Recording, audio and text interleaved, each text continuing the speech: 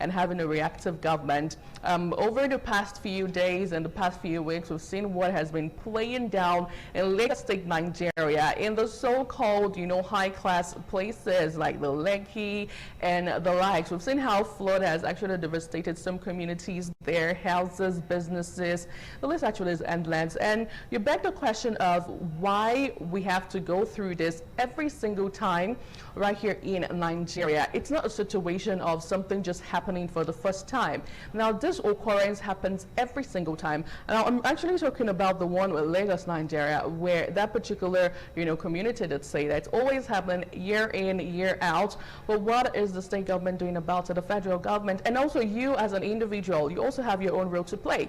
A situation where you dump refuge at the drainage system currently blocked, it's really not ideal. And at the end of the day, every single one of us would go through the same, pain, struggle, suffering when the rain come upon us, and as we're currently experiencing right here in Nigeria. Let's just hope that we have, better output, better communication strategies, better things being done, moving forward in the country. Now I get details that we have our Lagos studio up and running at this point. Now we'll move over to Lagos and welcome on board Mercy.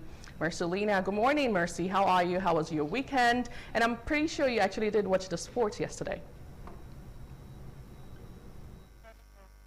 It was good. I'm good. Good morning to you, Anu. I watched the ball yesterday, even though my favorites didn't win, but I mean, Spain, kudos to them, congratulations to them, but I would have loved my goats to win. But at the same time, congratulations to Spain. They're doing good.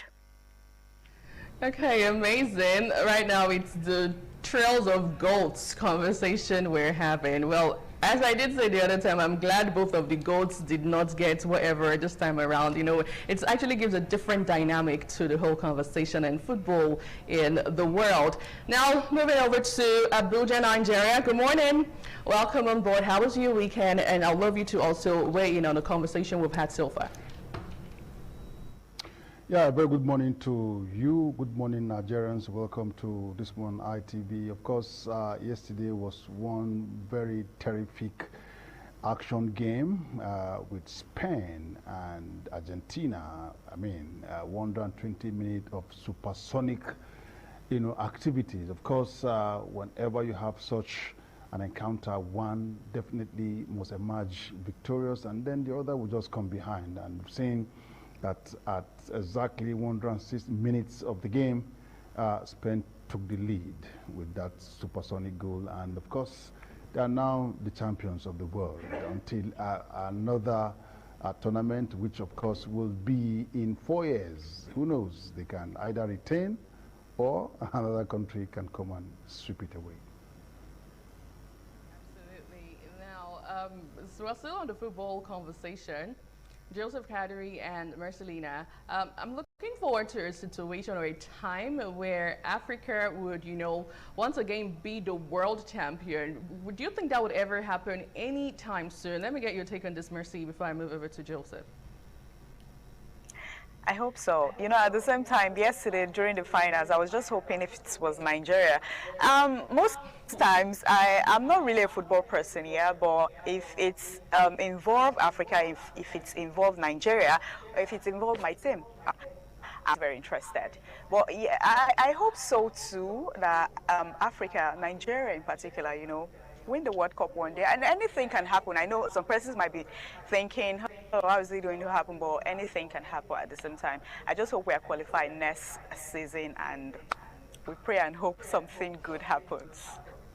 Absolutely. Pray and hope. That's all we have at this point right here in Nigeria. Back to you, Joseph. Even though there are those who actually would say never in the game and in the world of sports, but at the end of the day, shout out to Morocco, who did absolutely well, trying to represent Africa on the global scape. But then again, we saw a comment made by one of the officials where they did say that they are not playing for Africa, they are playing for Morocco. And after that statement was made, we saw what happened and they got out of the tournament. Joseph. Yeah, nearly can never kill a bird. And when it comes to that tournament, the World Cup, as far as I know, African countries have never been close to even the quarterfinals. So we have so much to put in order to get to that level, and of course to get the cup. There's so much to do within the African Union, within the CAF, and within the, of course, those football lovers in Africa. Funny enough, when you look at those that are, grabbing the cups, you discover that so many players within that country are even blacks, even Spain. We've seen many blacks among the teammates. So I think it's about management. If African countries, Africa Football Association can put their houses together, I'm sure we can, but, well, let's not just be pessimistic, but we can. Absolutely, yes we can. Now I also highlighted the issue regarding flooding and NEMA issuing out warnings to residents in different communities, especially the flood-prone communities right here in Nigeria. And also we're aware that it's currently the raining season and how it has been impacting persons and livelihoods, businesses in the country. I'd love to get your take on it, Mercy Lina. Of course, we've seen videos online and offline of what really is going on when it comes to flooding in some parts of Lagos State. Mercy. I feel at this point, we as individuals, Nigerians, we need to take responsibilities. When I mean take responsibilities, you need to know the right thing and do the right thing. I saw a video of a security man, in an estate. I think it's the security man in that particular house, brought out the death and was, trashing it inside the gutter. And all those things are what is affecting, now we are the ones suffering it. We do these things and we suffer it. We know the right thing. Why not do the right thing? Why wait, for, imagine that day when I saw those doing it and stood there and was actually recording him without him knowing. I feel we Nigerians, we need to be patriotic. We need to know the right thing to do and do the right thing. If you block drainages, it's going to affect everyone. And with the past few days with the flood, especially in Lagos and other states, but especially in Lagos because I'm in Lagos, I've seen what flood has done to, different people, destroy lives, destroy properties and all of that. If we keep doing this, if we do not do the right thing, we will be the one to suffer. And I just feel everyone at this point needs to do the right thing. We need to do the right thing and also take decisive action. Shout out to Commissioner Tokubo Wahab for arresting that particular man. Now back to you, Joseph. Talk about the role the government has to play in all of this and how it's like in Abuja. At every beginning of the year, between March and April, I stand to be corrected, we see NIMET, coming out with seasonal rain prediction, which most time gives Nigerians the pattern of the rain, the amount that will be expected, and what the sea level will look like. And most time they also come out with a number of states that may be prone to flooding. And each time these warnings come out, we don't take proactive step towards it. So one, the blame is not on government, it's on everyone, because there are waterways or flood prone areas. Those areas are not supposed to be having residential buildings, but what do we see? Because of the growth in population, people want to stay close to the city, and as a result of that, you see them building in waterways, including the FCT, because you want to be close to the city. But at the end of the day, when the rains come and the water level increases, it goes to find its way out. And if your structure is on its way, you now see NEMA running from pillar to post to provide some kind of relief to those that are affected or victims. So it's both government and citizens, we should know what to do. If the predictions come, the government should be able to be proactive enough to remove those that are on waterways, and citizens also should be able to steer clear from building on those areas that may, turn them into refugees even within the city. So it's a business of everyone. Okay. Now over to you, Mercy. What are we getting from your end today? And then Joseph takes over. Okay, we're going to be looking at federal government to introduce a shared prosperity scorecard to measure impacts of economic reform. During a Business Day conference in Lagos, the chairman of the Presidential Committee Fiscal Policy and Tax Reform, Daily, says the federal government will begin tracking whether its economic reforms, are actually improving the lives of Nigerians. And they're going to, by doing this, they'll be introducing a shared prosperity scorecard. So with its help, track if the economic reform are actually improving the life, especially after removing subsidy and all of that. If this money actually gets into the ordinary Nigerians, because they said it is getting to Nigerians, but we still see that a lot of Nigerians they're still suffering out there, food scarcity and all of that. So basically from Lagos, that is what we'll be talking about today. Right, Joseph. All right, recently the Federal High Court gave a final forfeiture order on 48 out of the 57 properties, of course, owned by the former Attorney General of the Federation and Minister of Justice, Abubakar Malami, SAN. And one wonder, these properties were obtained or gotten during the days of Buhari, and many Buharists will say that a man who is known for zero corruption, zero tolerance for corruption, how come one of his chieftain, one of his cabinet members who served for 8 years, so trusted, a man who, we record has it that he was able to save Nigeria several millions of dollars, including the P&ID, botch contract, where he and other ministers went to that hearing in London, and they were able to come back with success. How come while he was doing that, he was also, taking care of himself, amassing wealth, amassing property that he cannot explain? So this is what we will be looking at the course of the discussion later on. Interesting conversation. I'm sure we're looking forward to it. The tale of politicians right here in Nigeria. Now, if I give you a clue of what we're talking about today in Edo State, Nigeria, let me quickly welcome on board Sunny Duke Okusu. Good morning. Good to have you. How's the rain treating you today? Not fair at all. Not fair at all. Tell me about it. You know how it is when it rains. I had to struggle out of the bed this morning. Oh my word. If it was just all of that alone, I sure would have been okay. But driving, you leave your house very early and then you're looking forward to a great day. Here you are with flood. That's not just the problem alone. Then you have trucks lined up, all stocked. And then you're thinking of which way to go. Should I take the left? Should I take the right?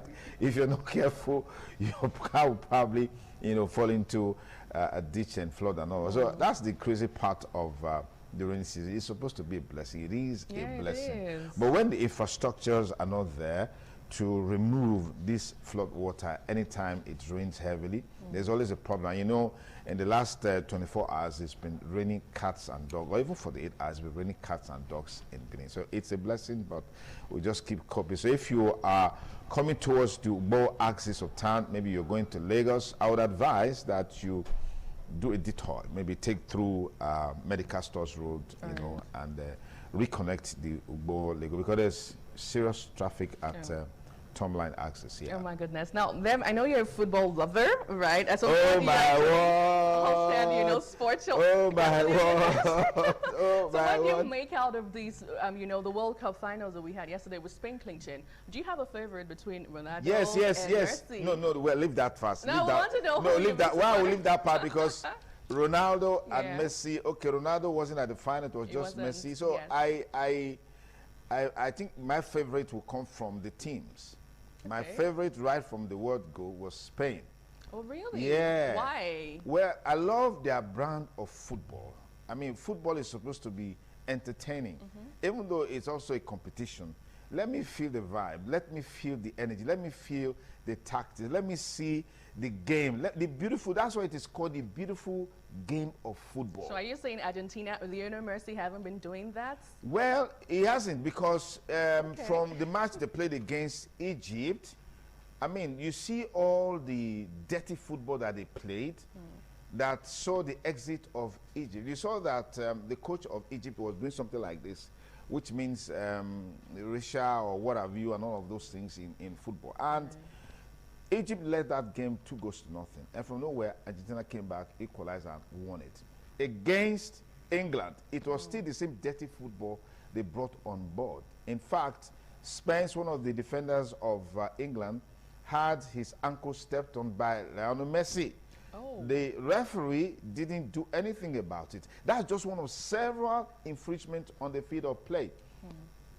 Explain to me, they got a red card yesterday. Why? Because they still brought that their dirty brand of football to the final. Unfortunately, they met a highly skillful, technical, sound team like Spain that will hold the ball, play the ball, and then, of course, overwhelm you. And they just stressed that they were looking for penalty kicks. Yeah. Because, you know, last time Spain got us out, you know, via penalties. But it didn't happen. And I think when the best team wins in a final like this, you're just happy. The third place playoff, France and England, the best team also won. And that was the goal feast, right? And that's just the way it's supposed to be. Right. Yeah, and when you now come to the field of play, you don't want to play football. You sit back in your defense, doing occasional attacks, doing all kind of dirty tricks on the field of play, trying to intimidate your opponent, intimidate the referees, intimidate everybody, intimidate even the fans at home. Oh my I mean, that's not fair. Like That's not fair. I just see the excitement all over you. But also talk about this guy. I'm trying to recall his name. Trending on social media, he has been trending a picture of him and Lionel Messi when he was much younger.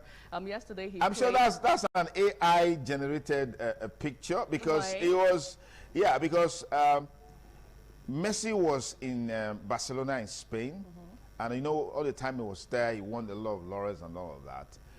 Yamal came, Lamine Yamal came, a teenager, just 19 years old. I think one of the two youngest players, you know, that took place in this tournament. One of them, again, you saw how good the Spanish team is. Pau Kubasi, young guy, 19, got the best, young player award in the tournament. I looked at the guy, young, smallest and all of that, but when he has the ball, he does magic with it. Okay. And so I think those who created that were just trying to ridicule Yamal, to say, look, this guy is your grandfather. And that's true, because he's almost over 20 years older than Lamine Yamal. But again, this is football. Bring your energy, I bring my energy. Let's see how it goes. Okay. And then congratulations to Spain. No, clap for them. Oh, of course. Yeah, because you have a bit of the colors of Spanish national team, what you're wearing. Clap for them. Clap for them. Clap for them. Clap for them. You know, I actually wanted Spain to actually win. You know, for a lot of Nigerians, they did say that if Mercy had won, if Argentina had won, we wouldn't have slept well last night, because Argentina Mercy fans would have been all over social media saying, yes, I would go to did it, because there's been this long-term tussle between go to Ronaldo and go to Mercy. But anyway, either ways, we're here to, you know, do justice to all of the conversation and more this morning on the table. Now back to our conversation here in Edo State, Nigeria. We're going to turn our attention to look at Broke After Pay. We'll be having the author of Broke After Pay book join us this morning on the show, and also we'll look at politics 2026 and the plight of opposition. Impact of voters' perception. Peter Obi has always been on the front burner, talking, lamenting. In fact, in a recent interview, he said he won the 2023 election, but he's not going to say much. And at the end of the day, 2027 election is between Nigerians and the government. You want to react to that? Yeah, I mean, it's beautiful. The interesting thing is that the government of the day has its own flaws and shortcomings, but that is not to say they are not doing anything, or they have not done anything at all. That would not be correct, because when you go around the country, you see some of the things that they are doing. If you use the state governor as a point of contact, let me put it that way. But there's still so much to be done. The flyover? Yeah. The flyover is there. Most popular flyover in Nigeria. Yeah, I was in Ekpoma over the weekend, and I could see what has been done. I mean, for years, rainy season like this, forget about Ekpoma, forget about Auchi, forget about all of those places, right? But when you go there, you see the quality of job that has been done, how it's impacting, transforming the lives of the people. That's on the one hand. But you look at, we went to Sapele over the weekend, right? And you see that stretch of road, work is also being done. But is it good enough? Not good enough, but it can be better. And I believe that as we make progress, many of these things, will be done properly, and then we can have it better. And then again, the other day I traveled to Lagos by road, and there's some portions of that Lagos road axis from Benin to Lagos that were unmotorable, unpassable. You can also see the impact. Infrastructurally, a lot is being done, and people can argue about that and all of that, but the facts speaks for themselves. Ipso loquitur, that's what the lawyers say. Well, you're not one, so you probably won't understand that. Anyway, that's the lighter side. Oh dear, oh my God. So basically, yes. Basically, areas that needs urgent attention. The hunger in the land is biting harder. No matter how you try to paint pictures with your statistics, your data analysis of the economy, use all of those highfalutin words to describe them, it won't make any meaning to anyone who has not eaten for the last 3 days, 1 week. Right. Do you understand what I'm saying? Sure. And so these are some of the things that, and then again, the country is blessed with abundance of resources. But these resources, I mean, I heard you guys talking about the PIB scandal, how things were done just to recover. In Nigeria, people will be saddled with the responsibility of recovering loots, right? They will re-loot that loot.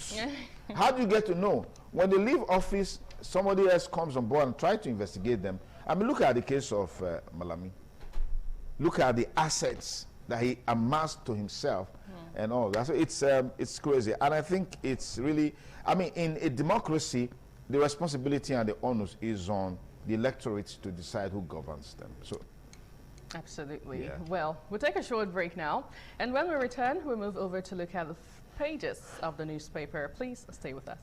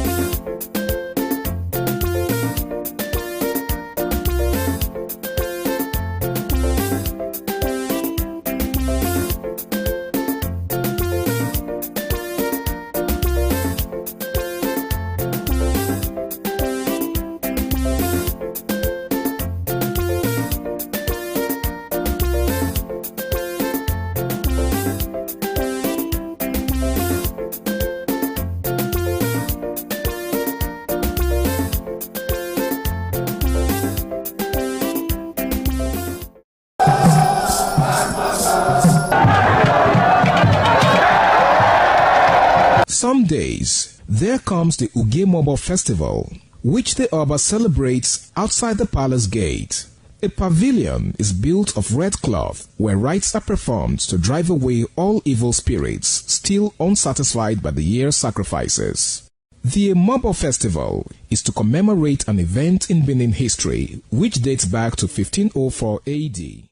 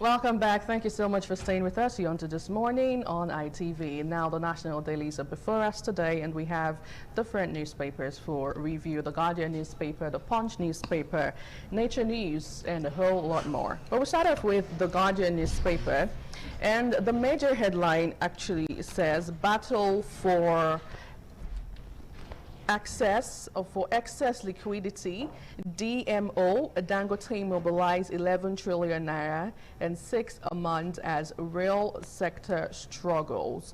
And interestingly, on the front page of The Guardian, we have the picture of the reigning world champion, Spain, right there, jubilating and celebrating from yesterday's victory at the World Cup tournament. ICPC secures for future of 941.9 million naira from IPPIS, ghost workers on page 4.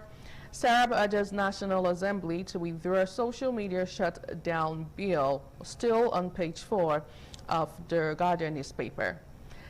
SAN false poll as Badejo Okonsaya emerges 33rd NBA president, a woman, doing the Lord's work on page 4. Yesterday, interestingly, was Obi's birthday. He celebrated his 65th birthday with 10 million naira Anambra Hospital donation on page 7. Parties begin candidate upload, express confidence ahead of INEC deadline on page 6. Away from that, in business news, coking gas import surged by 1,400% as petrol supply dips by 22% on page 3. Well, still on page 3 of The Guardian this morning, federal government targets 729 billion naira second tranche bond to clear Genco's legacy debts. Nigeria losing over 862 billion naira yearly as MDAs, that's the ministries, departments, and agencies, exceed 900, says Uye. We're still on page 3 of The Guardian. And I think that's all The Guardian have for us this morning. Okay, let's step up and look at what we have from the Blue. Okay, we're talking about the Punch newspaper now as our next port of call. And on the Punch, it says, marketers halt Dangote fuel loading. FG steps in. This is as a result of dollar sale row. Define that story as the major headline there on page 7. You have price uncertainty triggered Dangote fuel loading suspension. It's coming from marketers. Refinery projects claims of loading shutdown. Refinery rejects claims of loading shutdown, and FG open talks with Dangote as FCCPC insists on Naira payments. You want more of those stories? Get a copy of the Punch newspaper. Take a look at page 7. And then we move to page 7 as well. We have this story. Terror mole alert. Opposition slams FG, demands arrests. And on page 21, businesses expect CBN to hold rates as MPC meets today. States pocket 2.37 trillion naira VAT under new tax regime. And then fake agency scandal. Abbas unveils probe panel today. You find that on page 8. And can we give you more? Yes, of course. The big picture there is the champions of the world, the numero uno. Talking about Espanyol beating Argentina 1-0 yesterday. And so we have World Cup, no Messi for Messi. Oh my God. As Spain seal second title. More of these stories if you get a copy of the Punch newspaper. I think the editor there, whoever did that, is not a fan of Messi. Imagine that, no mercy. I think maybe our sports guys will look at that today. Take a look at the national dailies, especially the ones that reported on the World Cup, how they captioned the headline. Oh my goodness. Well, for Daily Sun newspaper, as we turn our attention there, it says Super Champs, Super Spain. Amazing. That's like SCSS. Absolutely. Away from that, bank keeps 4.54 trillion naira with CBN as cash piles up in financial system. And business news on page 2. E-invoicing, NRS issues a deadline for compliance on page 25. Troops foil ISWAP abduction attempt in Borno school amidst rescue of 46. On page 4 and 5 of the Daily Sun, you stay acquainted with that. And the bold headline this morning on the Daily Sun newspaper says, reasons we are prioritizing state police. Who's speaking, the senators. Subwriter says dispels fears about it. Governors have crippled local government. He was speaking, ex-council chairman on page 8.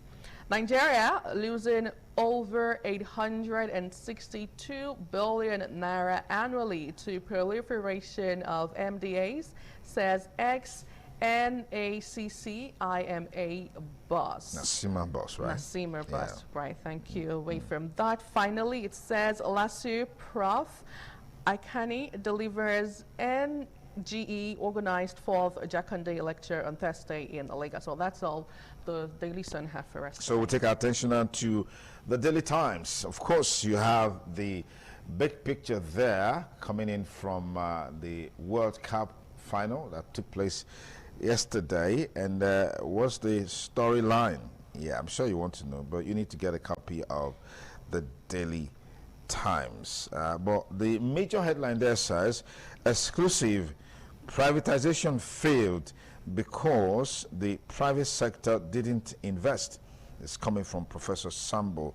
Says lack of political will, not politics behind Nigeria's power crisis. Okay, big story there. And then Spain crowned World Cup champions as Ferran Torres sinks 10-man Argentina in extra time. And then, of course, you have CBN faces tough rate call as inflation risks persist. That's still on the Daily Times. More for you on the Daily Times. Serap Tunas.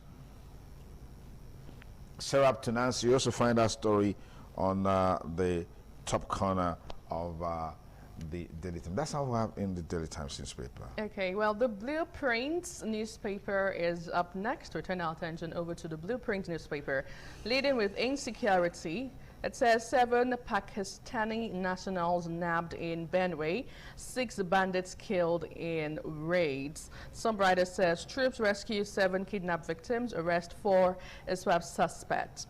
Away from that, federal government approval of Plateau Taraba Highway will transform economy. Who was speaking? Caleb Muftwang, the governor, right there, has that to say.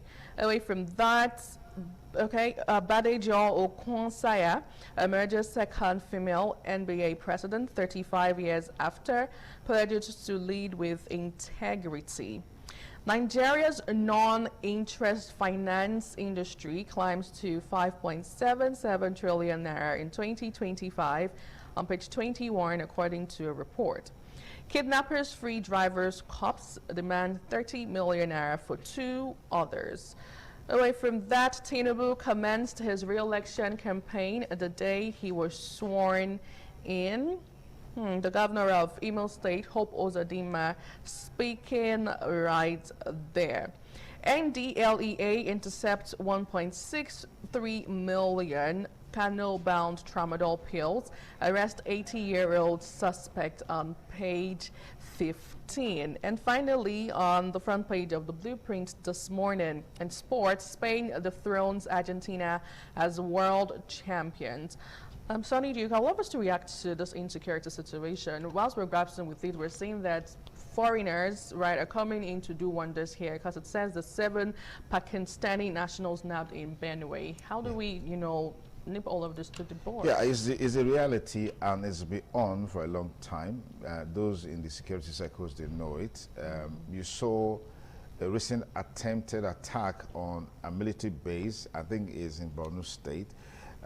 The pictures that were posted online, you could see some of the foreigners that were even arrested, and in the video recordings and all of that. So the level of the insecurity that we've seen in this country means there's a foreign collaboration that has been going on, particularly amongst the terrorists, amongst the bandits. They get their trainings, they get their logistic supports, they get their financing and all of that. So it's really not new. But what we have today is that it's beginning to take a front burner, attracting a lot of attention. That's why the state police bill needs to be passed. I'm very happy with the comments coming from the Senate and even the House of Representatives. They say, oh, they will abuse it. Governors, let's have it first.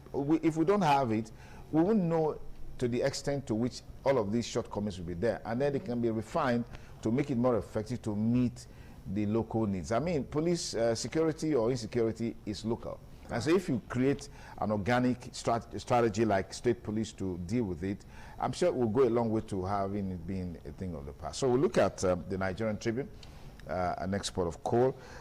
It says, Tinubu will beat Atiku Southern Coalition, APC boasts.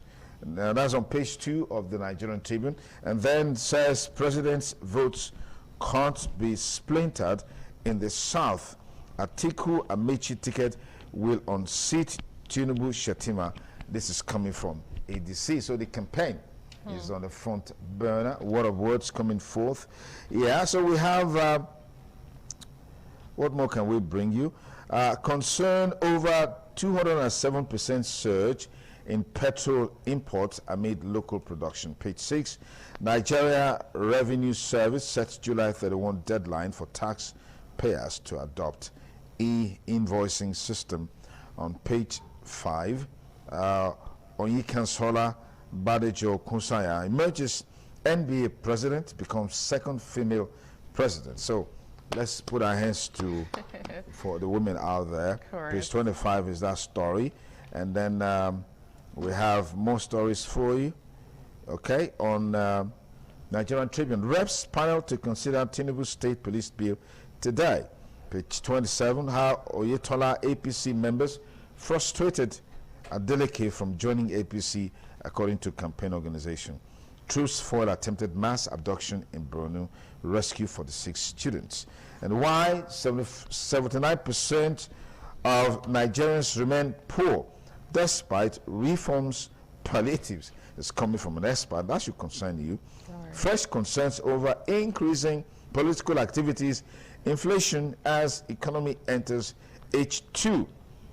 And then reps flag of probe of PFIPC, that is the award-winning Presidential Foreign Investment Promotion Council scandal. NLC 6 full probe. You find the stories on page 29, page 22. But the interesting thing is that those who are going to be probing in one way may be indicted because the this agency has a line budget in the budget that was passed. So didn't they do their oversight function? Did they do all this analysis before they passed that? So it's a whole lot coming from this probe. So let's it's a wait and see game. Absolutely. Yeah. You know what I think? I think it's just going to die down like every other, interesting conversation or controversial conversation that we've had in Nigeria, where after the whole buzz online and on the mainstream media, everything will just die down and we'll not get to hear, the aftermath of this. And we need to hear it, especially as Nigerians living in Nigeria, holding our leaders accountable. Now, we turn our attention over to the New Telegraph newspaper, and it says federal government to raise another 729 billion naira bond to clear Genco's legacy debt. Subrata says 501 billion naira bond issued in January 2026. Presidency, Tinubu Obi Atiku lead as candidates, scramble for Southeast votes. Well, I think that's all we have this morning on the front pages of the newspaper for Sunday. Yeah, fantastic storyline, looking at what government is doing just to ensure that things get better. But let's go straight to our conversation segment. Our guest already online with us to drive the discussion further. We'd like to thank Israel Oreka, is the Executive Director of Connected Advocacy. Israel, thank you for joining us on the program TMI.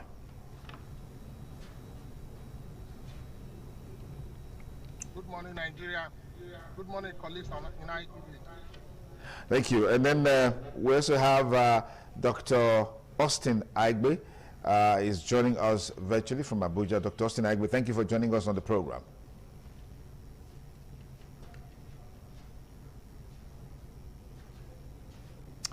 Okay, he will reconnect with us. But let me start off with you, Israel.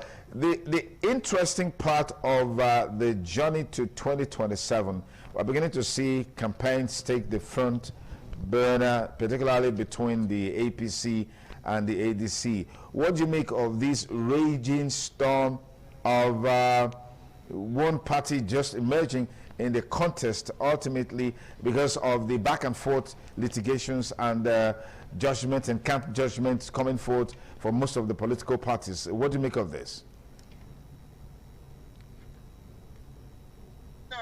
The game is on. It's going to be survival of the fittest. Every strategy you have, any strength you have, you're going to use it to ensure you emerge as a winner. So that is what you are seeing playing. Is power play, power pull, politics at the center, politics at the people, politics that people are playing wants to win. So both opposition and the incumbent, they are playing the game, just like a game of chess. So everybody is deploying strategy. Why some are deploying C-party strategy, others are deploying whatever means they want to see themselves in power. But so far in the landscape of the political analysis for Nigeria right now, I think the race is on. I think there's something new. Same strategy they are deploying, using the federal will use its own might as well, use its tools, use its resources, while opposition you people shouting, this is how we are victimized. So using legal instruments is also part of the game to ensure that those at the center use what they at their disposal to ensure they emerge as winners. So it's survival of the fittest. I pray whosoever will lead us will be those people who actually have the interests of the people at heart. Talk to me about the school of thought that the contest is between the people and the ruling party. We heard the opposition say that. Does that, resonate with you in any way? It's not true. Right now, the people are hungry. The people are tired. The people are frustrated. So we cannot really say it's between the people and those in the center. The people right now wants to eat. So anything that comes at their beck and call, they take. It's so painful that at this period, our current opposition is not using the necessary tools to ensure they actually garner support from the people, because they also are losing the people. Now the people wants to eat. So anybody that can provide their meal this next day, they are in for you. So it's so bad right now that the opposition could not unite themselves to actually put a one-front mantra to defeat or to hedge out this current incumbent. But still, the fragmented opposition we have currently now are unable to put their ass in order to work as a single force. It's already a divided house. And usually a divided house, more food than not, don't really stand. So for them, I just appeal they go put their ass in order and see how they could have a united front. I'll take your mind back to the election that removed Jonathan the incumbent from power. There were a single file of opposition, and the message was one, change. So right now we are seeing different opposition, different camps, divide and rule strategies being going on. So not only the opposition begin to look at a unified front, defeating this current incumbent who also understand the power of opposition, using both incumbency and using the strength of opposition right now, is going to really be a very tough game. This is my take. Thank you. Let me get to speak with Dr. Austin Aigbe. Dr. Aigbe, quickly share your thoughts with me that the biggest challenge in the opposition camp is its fragmentation going into 2027. How true is that? Well, thank you very much, and good morning, Nigerians. Good morning, my Dole people. Let me begin by actually, maybe not to counter my brother, But to say that in 2023 elections, we had it at a two-horse race. And today we begin to talk about that the election, all the analysis that were done in the 2023 election shows that no single party was going to win on the first ballot, and that the election was going to run into a second leg. And everything was heading towards that trajectory until we saw what happened, the glitches in the online transmission of results, that citizens could no longer have access to results. And if you now follow the data after the election, wherein all the things that we now know about Rivers State and Imo State, if those results are not gone for the ruling party, none of them would have secured the 25% and have the majority of votes across the country, which is the basis, which is our own kind of electoral system. Any candidate that must win, that must be declared president of Nigeria, staying with the presidential candidate now, must win the majority of votes and must have 25% of two-thirds of the states. 25% will mean about 24 states. You must have scored 25% of the total score in each of the states. And if you understand that data, if you are taking away Rivers from the incumbent government and probably Imo from the incumbent government, there will be no way any of them would have secured it. That was the data that went into the election. There was no unification of opposition, and that election went in the way it went. In this election, the conversation around unification of opposition is not as easy as we want to think about it. For instance, while the opposition was trying to unite, we know all that happened. Israel talked about some kind of legal instrument and all that. That was a weakening because the opposition Israel referred to in 2015 that harmonized never had legal instrument against them.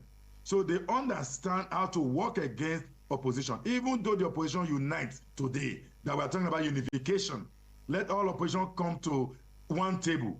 It will be so easy for one legal instrument to counter all of them. Is it not better to have them fragmented so that you're going to have too many legal instruments to try to pursue them? But you see, what is happening in our electoral landscape is more of learning from previous elections. There are people now understand there are those who have popped up as presidential candidates who will step down ahead of the election, maybe 3 weeks, 1 month, 2 months to election. They will step down. Go and mark that. Go and write it down. They will align with the forces. At the end of the day, to return to the 3-horse race. Most likely, the 3-horse race. It may not get to the 2-horse race. Even the 2019 election, there were other political parties on the ballot. It was not just APC as you have it now, which harmonized from the new PDP, CPC, part of ANPP, and all of those, and of course ANC, that harmonized to form the APC. There were not just those on the ballot. There were other political parties on the ballot. I think we have 19 or so political parties on the ballot. So there will always be opposition. Maybe the conversation is to say, let's situate which one is the main opposition. And as we speak, you cannot truly say this is the main opposition because for ADC, there are people who say that the next presidency should come from the South. So you cannot say that is the main opposition. For the NDC, there are people who say that Peter Obi is always jumping from party to party, that you cannot say that is the main opposition. PDP, that ought to be the main opposition, is no longer in the radar for main opposition. So where do we say is the main opposition? Main opposition party met in Ibadan to try to have a united force.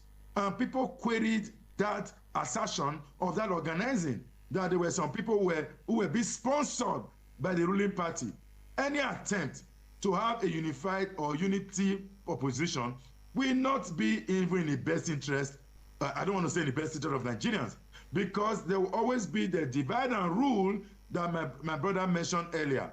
People are going to mention some nuance into those political organizing to say who is calling it. Is it Atiku? So Atiku wants to take the president to the north, and the incumbent government will use that tactic, which of course you had it.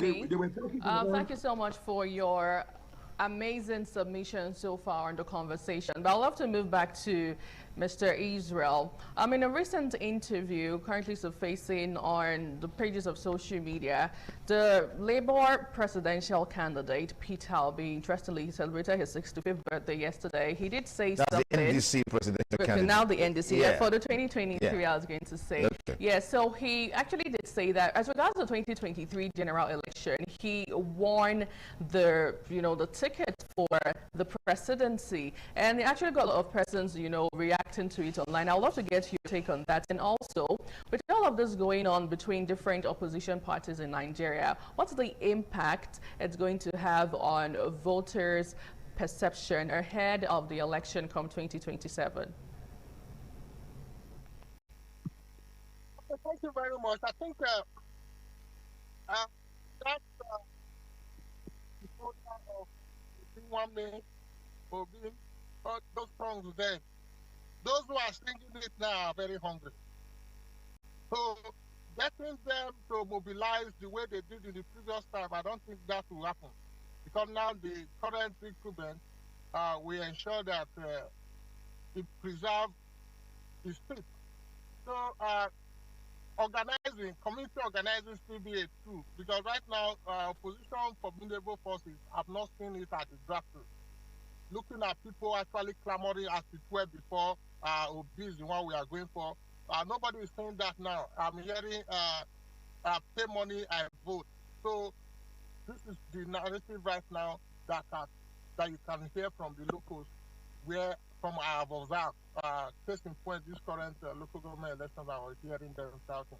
So what are we not saying? The citizens right now are actually looking for alternatives that can actually drive local actions, people from the grassroots. But none of the current candidates are actually pushing for this part. I've not really seen more thicker manifestos around what they would do differently. So getting them to understand what they are coming to do is still very big concern for the populace, the citizens. So I think this time oppositions are to begin to look for what we want to do. I think the last interview I had his life is at threat. All these are sympathy stuff. Can we begin to see our campaign promises, manifestos that we can track to hold these guys accountable? Our citizens are tired of seeing every new system come with a new problem, because if you look at the kind of situation we have now, compared to the previous administration, it was really not the same, and it's still not the same. So why are people going to be clamoring for anything that we actually take them back? So we want to see how they can really nip this to board. Can we have an opposition that can fully deliver the goods for the people? Can we have an opposition that will be citizen-led initiatives, looking at their pains, concerns, and actions that can actually drive this? There is no day now you will not see on the social media young people indulging in devices that are not even stealing just to eat. See fouls, see talk. It's on the rampage right now. Even still better. So what is opposition going to do differently? Can we have these agendas on the table that we can citizens can track? What we are seeing from the two major big forces of the opposition is not really telling the people what they want to hear. So that is one thing that I begin to see as a concern. So Obi's birthday, we wish him well, and we pray all his aspiration comes to pass. But Nigerian politics, I think, is bigger than mere wishes. It has to do with real talk, real campaign, real work at the grassroots. How are you beginning to conscientize the people as that you are a better alternative? We saw the first that first is no longer there. The first action that this opposition will do, where we are not seeing that from the people again. The tension is down. People are hungry, looking for who will just come and silence them. And also, voter apathy. The level of participation this time will be low, because people are always frustrated that when they vote, they don't see their vote actually reflect their choices. And this is also another point of concern. So how do we begin to push the formidable force? This thing needs a solid force. That's why I said it earlier, that unification of our position this time will drive actions from the ground. Because now we have divided votes. The same thing that happens the other time. If we put both Obi and Atiku's vote in the previous election, they would have been able to secure a win. But since they were divided, and a win never came for them. So, and the same thing is still going to play this time around because they still already a divided strategy. So, let's begin to see how best we begin to see how grassroots look for understand better what their policies and programs are, and let's be like a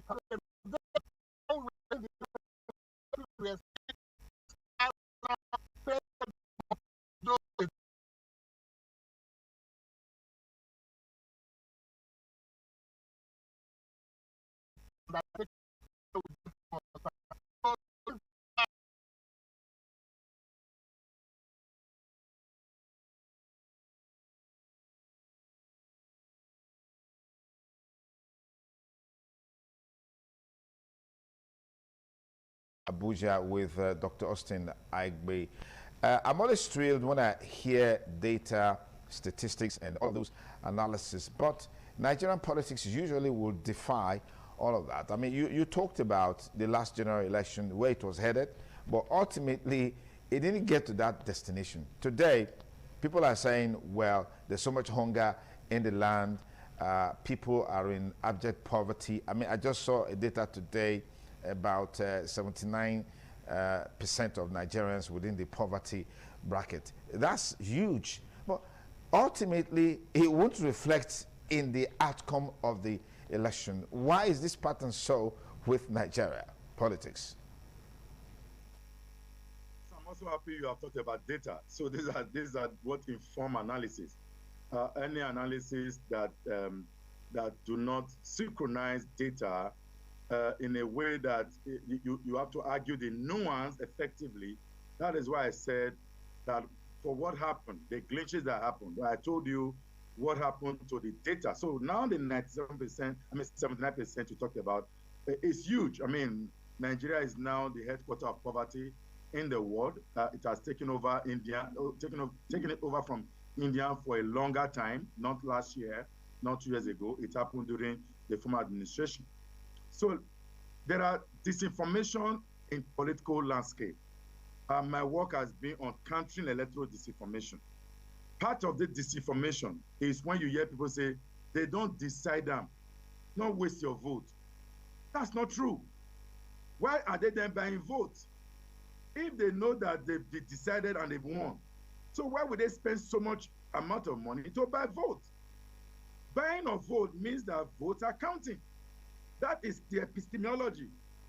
That when you buy votes, it means that the value of vote is clear. Why would anybody buy vote as high as 30,000 naira?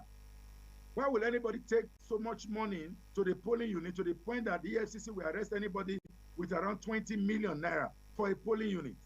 It means that politicians are aware that voters' power is clear. Here comes the weaponization of poverty, which of course I think is critical. If ITV should, let's do a challenge, because where I don't want to go into things without having substantial evidence. AIT can do a survey tomorrow, next tomorrow, or whatever. Will you vote and collect money, or will you be voting in this election? Who will you vote for? Maybe, I don't want AIT to also be political, but how do you do so that you do that survey tend to inform some of our narrative and our conversation? The truth is that there are people in the off-cycle election, they know that instrument of state will be used against them. For instance, Israel talked about local government election. Arguably, in Nigeria, there's no local government election anymore. It is who the governor decide and win election. But it's not the same when it's a general election. I have seen local government election fine in the north and the south, and I know that there is no local government election. What you have is local government selection. That thing is also part of what has happened in off-cycle election, when everybody is fixated at the state. And at the end of the day, instrument of state can then We really have to leave the conversation here at this point, Dr. Aigbe and Mr. Israel. Right. Thank you so much. We really have to go. Thank you so much for your amazing submission today on the show. It's an ongoing conversation, and we'll just have to leave it here. But we'll take a short break now, and when we'll come back, we'll move on to talk about broke after pay. More on this. Stay with us.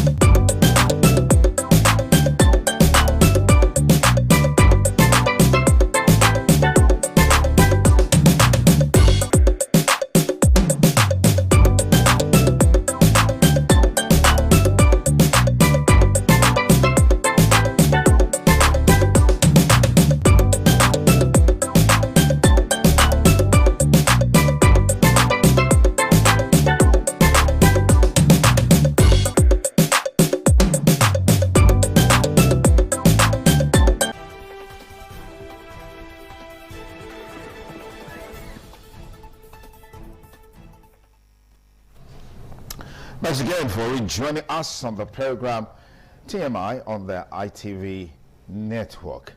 There's nothing as painful as when you work in an organization, maybe in the private sector or even in the public sector, and then it's not just about earning salaries. People earn income from the business, your organization and all that, but as soon as it gets into your account, you are repaying a lot of debts or expenses and all that, and before the middle of the next month, you're already broke. Max, for majority of at least 80% of the populace. Absolutely. So what solution has this book brought on board to checkmate that? So for every problem, there are processes that leads to this problem. So a lot of people may not even be aware that they have this problem. So the book has brought it up to light, right? So you could realize that you're just spending without a structure. You could realize that the book would help you realize that you have a lot of black tax. You don't budget your money. You spend beyond your means or above your means. Like, it's just a whole lot of, then you also realize that a lot of people retire and they don't even have anything to fall back on because they had a standard of living that they cannot continue when the money stops coming. Okay, in terms of the philosophy around this book, let's quickly talk about that, and then of course relate it with the various chapters in the book and how you've been able to conceptualize it to fit it into a solution platform for people who are having this challenge against the background of the current economic reality. Was that part of the reasons why this book came forth now? Yes, because everybody blames the current economic instability as the reasons why they are broke after payday. But because I've worked with a lot of professionals over the years, I've realized that it is not just about the economy, because irrespective of what you earn, you still go through the same cycle of debt, no money and everything. So people need to realize that if you are diligent with little, more will be added onto you. So wealth multiplication does not necessarily mean that if you earn more money, you get less problems. So if you can understand how to structure 50,000, for instance, then you understand how to structure 50 million naira. Okay, what do you make of someone watching now saying, look, you don't know my situation. If you know my situation, you will not be talking like this. I mean, we're talking about the poorest of the poor. Does this book have anything for them? Yes, because, for instance, I always use this example. Somebody was earning 30,000 naira and living life, and she got a new job and started earning 230,000 naira. But yet, when she started earning 230,000 naira, she started having lots of debts. She was earning 30,000. She was living life normally. Yeah, living life normally. Yeah, struggling, of course, because of the little. But when she started, they gave her like that's times 5, times 6, and she started owing a lot. Loan sharks and all that. So what do you make of that? Interesting. So, in terms of key objectives, what are they as far as this book is concerned? So this book would help you with budgeting.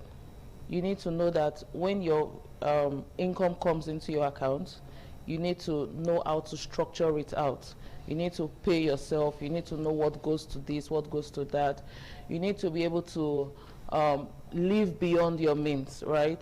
So a lot of us are owing or live above our means because of peer pressure. So I know a lot of people that will say, oh, I want to get this, I want to be like this. Social media too has a large role to play on why a lot of us have these extra expenses. Then black tax too, because we are so sentimental and emotional, and we don't have that word no, we don't know how to say no. So we find ourselves just spending recklessly. So the book addresses all these issues, like thoroughly. Yeah. Okay. Is this part of a strategic way of people retaining wealth or retaining money, as the case may be? Yes. One of the principles of wealth is multiplication. And how do you multiply wealth? Right? You plant it, it grows, you harvest it, and the harvest becomes more. Right? You know how you plant the seed, put fertilizer. So you have to be disciplined, you have to be committed, and you have to understand that you don't want to be broke one day. You don't want to be broke after payday. So would you rather live life now and suffer tomorrow? Or what if your job ends? What if your income source ends? What happens to you? Are you going to just start from ground zero? So writing this book has helped me realize that anybody can get out of their financial situation. Anybody? Anybody, yeah. Okay. You know, this culture has been waning over the years, reading culture in Nigeria. Do you see that as a challenge towards people, you know, leveraging on the potentials of this book? So because I know that people have short attention span, and when it comes to finance books, it has this boring appeal. So I decided to write the book with making the use of storytelling. And if you see, there's a story of Bridget, Alex, Sarah, Joy, Emmanuel, and they like Bukola. There's different scenarios. Yes, different scenarios. So each chapter tells a different story, and every story should be relatable to somebody's experience, right? Chapter 1 says, who chopped my salary? That's Bridget going to work and like, oh, it's payday and I'm all run out and everything. So it's like a gist. You're reading it and you are laughing. You are saying, oh, this sounds like me. Oh, I could be Alex. So people can relate with these stories. Exactly. Fantastic. So how do I get this book if I want to? You have the online copy, you have it? Yeah, you could go on Amazon, you could go on Seller, you could go on all Rovinite bookstores. We have, in Benin, we have it with our partner here, OIS. So it's everywhere. We're working on distribution all over the state. Let me have this. I'm sure this is my gift from you. All right. This is the book, broke after payday is a big question. The hidden crisis killing employees' dreams and how to break free, written by Dr. Yemisi Lucy Adepoju. Congratulations to you. Thank you so So I'll much. keep this for myself. I hope you don't mind. Thank All you right. so It's the TMI on the ITV network. We've got Kadri on standby in our Lagos network studio. Kadri, well, I'm sure you should get a copy of this. I mean, it's going to help your ministry. I know you want to work in the millions and in the billions. I can tell you for sure this book will work magic for you. Good to have you on the show. How is the weather in Abuja?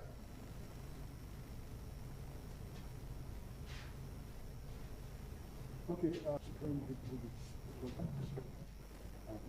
the Abuja Network studio of tonight, and here we're going to be looking at the issues in the final picture of against 48 properties owned by the former President of Justice Abubakar Malami is still very fresh, and people are wondering how come a man who covered looted funds.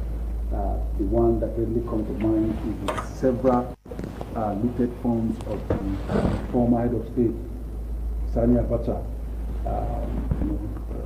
where many people commended him.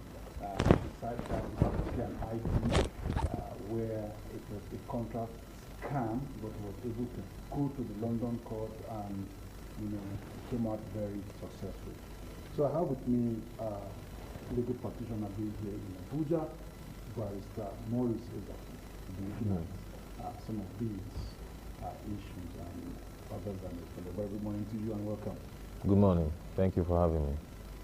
So how is the bar? Good. It has a new president. Yes, a lot of controversy surrounding the election that we just conducted, but yeah, we cannot say we have a new president yet because she's not been inaugurated, and we hope that the issues. Been inaugurated, and she's making history as the second, female NBA president. Well, that's interesting. But I wish this controversy surrounding our election didn't exist. It would have been a good way to mark her emergence. But the circumstances surrounding our elections are questionable. You seem not to be happy with the outcome. No. I cannot be happy with the outcome because the election was characterized with a lot of irregularities. It goes down as one of the worst elections in the history of the NBA. Right from the electoral committee. The electoral committee was single-handedly and unilaterally appointed by Afam Osigwe SAN, the current president of the Nigerian Bar Association. It does not fall within its power. Section 10 of the Constitution of the NBA says that the electoral committee must be appointed by the National Executive Committee, and so headed by the president. But that does not give him the power to unilaterally appoint the electoral committee. The electoral committee ought to be appointed by the NEC, the NEC, at the NEC meeting, and the NEC constitutes chairman of all the branches and other executives. So they were the ones that ought to come together and appoint an electoral committee. But Afam Osigwe SAN appointed this electoral committee. But away from that, this election was marked with such unprecedented irregularity, such that lawyers were not able to vote. Out of the 82,000 people that are eligible to vote, only 33% was able to vote. And even those who voted, you would see that the system was already pre-programmed, that if I voted by between 9 to 10 a.m., but my vote, when I obtained my voting record, was showing that I voted in the middle of the night when I was sleeping. And so the system was pre-programmed. Yeah, because what you are saying is a bit shocking. Many people are already saying INEC should study on the elections, electronic voting, which is less stressful, and came out at the time as they were expected to be out. And here you are saying... Yes, those are friends and allies of people trying to whitewash what is evil. They are trying to whitewash the election to make Afam Osigwe look like a good person, to make the city good. How can you say that election was free and fair or credible when people could not access the portal to vote? Voters were being restricted. People were trying to vote. At the time election was still going, the portal was showing them that election. AFAM came out to say that, or the electoral commission came out the election, that people are trying to hack the website, and that is why the glitches. And so, if you claim we're trying to hack, then why are you now the person defending the election, that the election was fair and credible? If I'm alleging that somebody, I suspect that a thief entered my house, then in the morning, I now say, no, they did not steal anything. And somebody else in that house is saying that something is missing.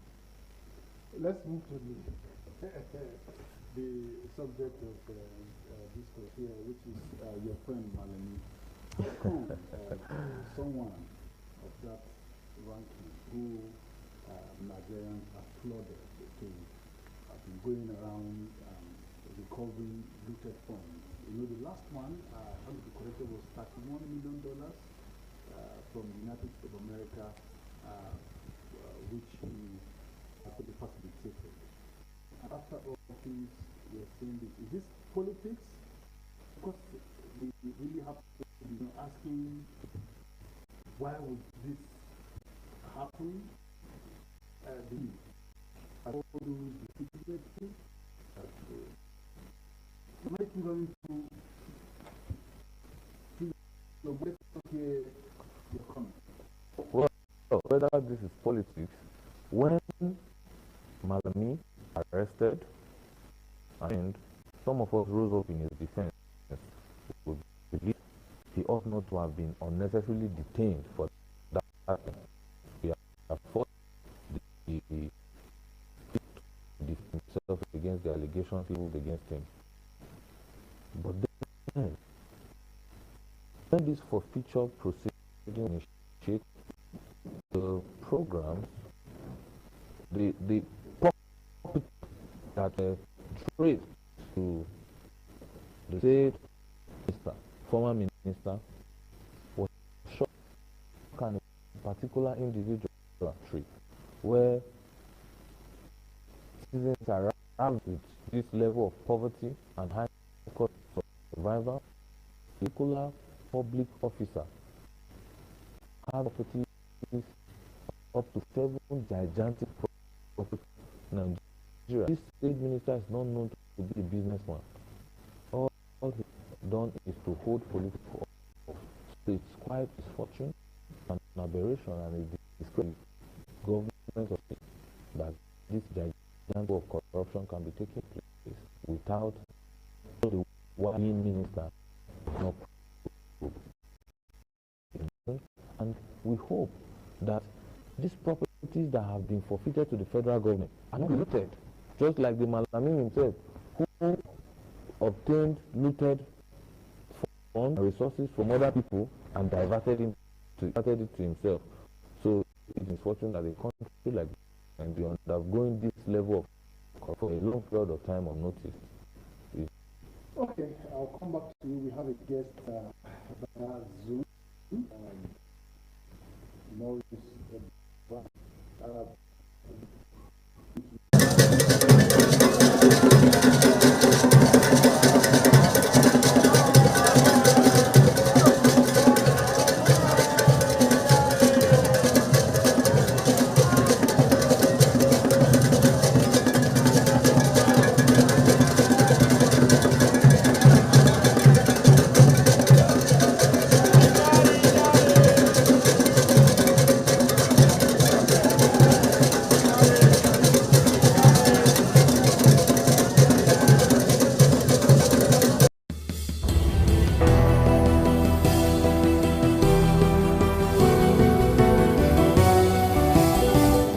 Those properties over time. So the allusion that he's being witch hunted cannot be sustained. Nobody can say that, oh, he's being witch hunted. He's given opportunity to defend himself. He could not prove the means by which he obtained those properties. Is he a businessman? Did he borrow money to buy all those properties? How come that a single individual is owning 57 properties across Nigeria worth billions of naira, and then including a university? In fact, it is so bad and indicting to the institutions of our country, because how did Somebody built a university with proceeds of corruption. So what is the foundation of that institution? And what becomes the fate of the students who are already in that institution? Because now that the university is being seized, who is going to manage it? You know, so it's quite a misfortune, and I do not subscribe to that allusion that he's being witch hunted. And I'm not also suggesting that he is guilty, but I'm of the position that having been afforded the opportunity to defend himself in court, he should do well to defend himself. But for now, this forfeiture is not a conclusive proof that he's guilty. A forfeiture proceeding is sui generis. It is in a class of its own. It's different from the criminal allegations against him. But the law provides under the Advanced Free Fraud Act, I think per section 17, that if properties are fingered to be obtained through proceeds of fraud, then the law allows for the forfeiture of those properties while the criminal aspect of the matter can be prosecuted.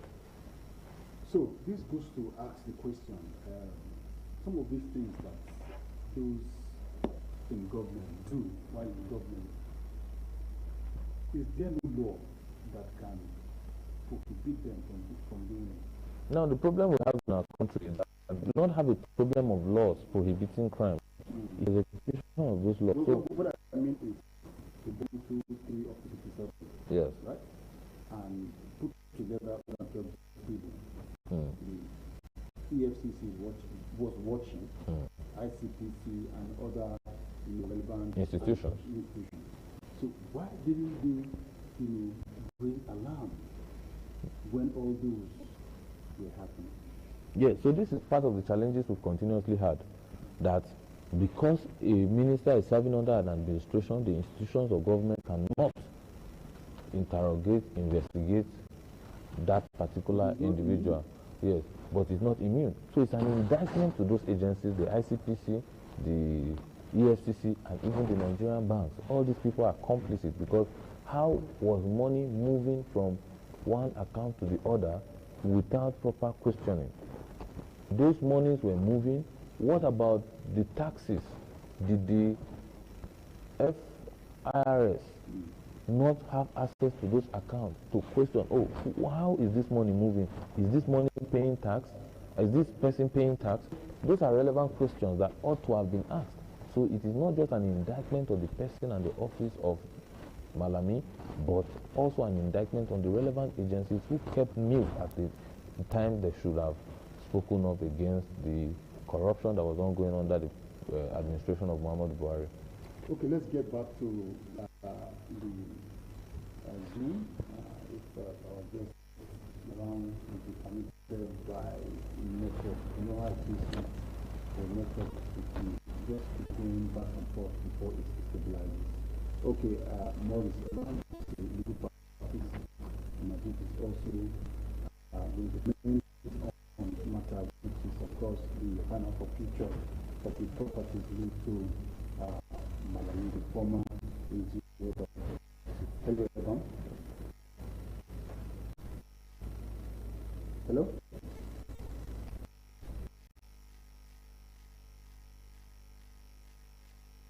Able to make it. Very good morning to you. Let us quickly get your comments concerning what have befell Malami.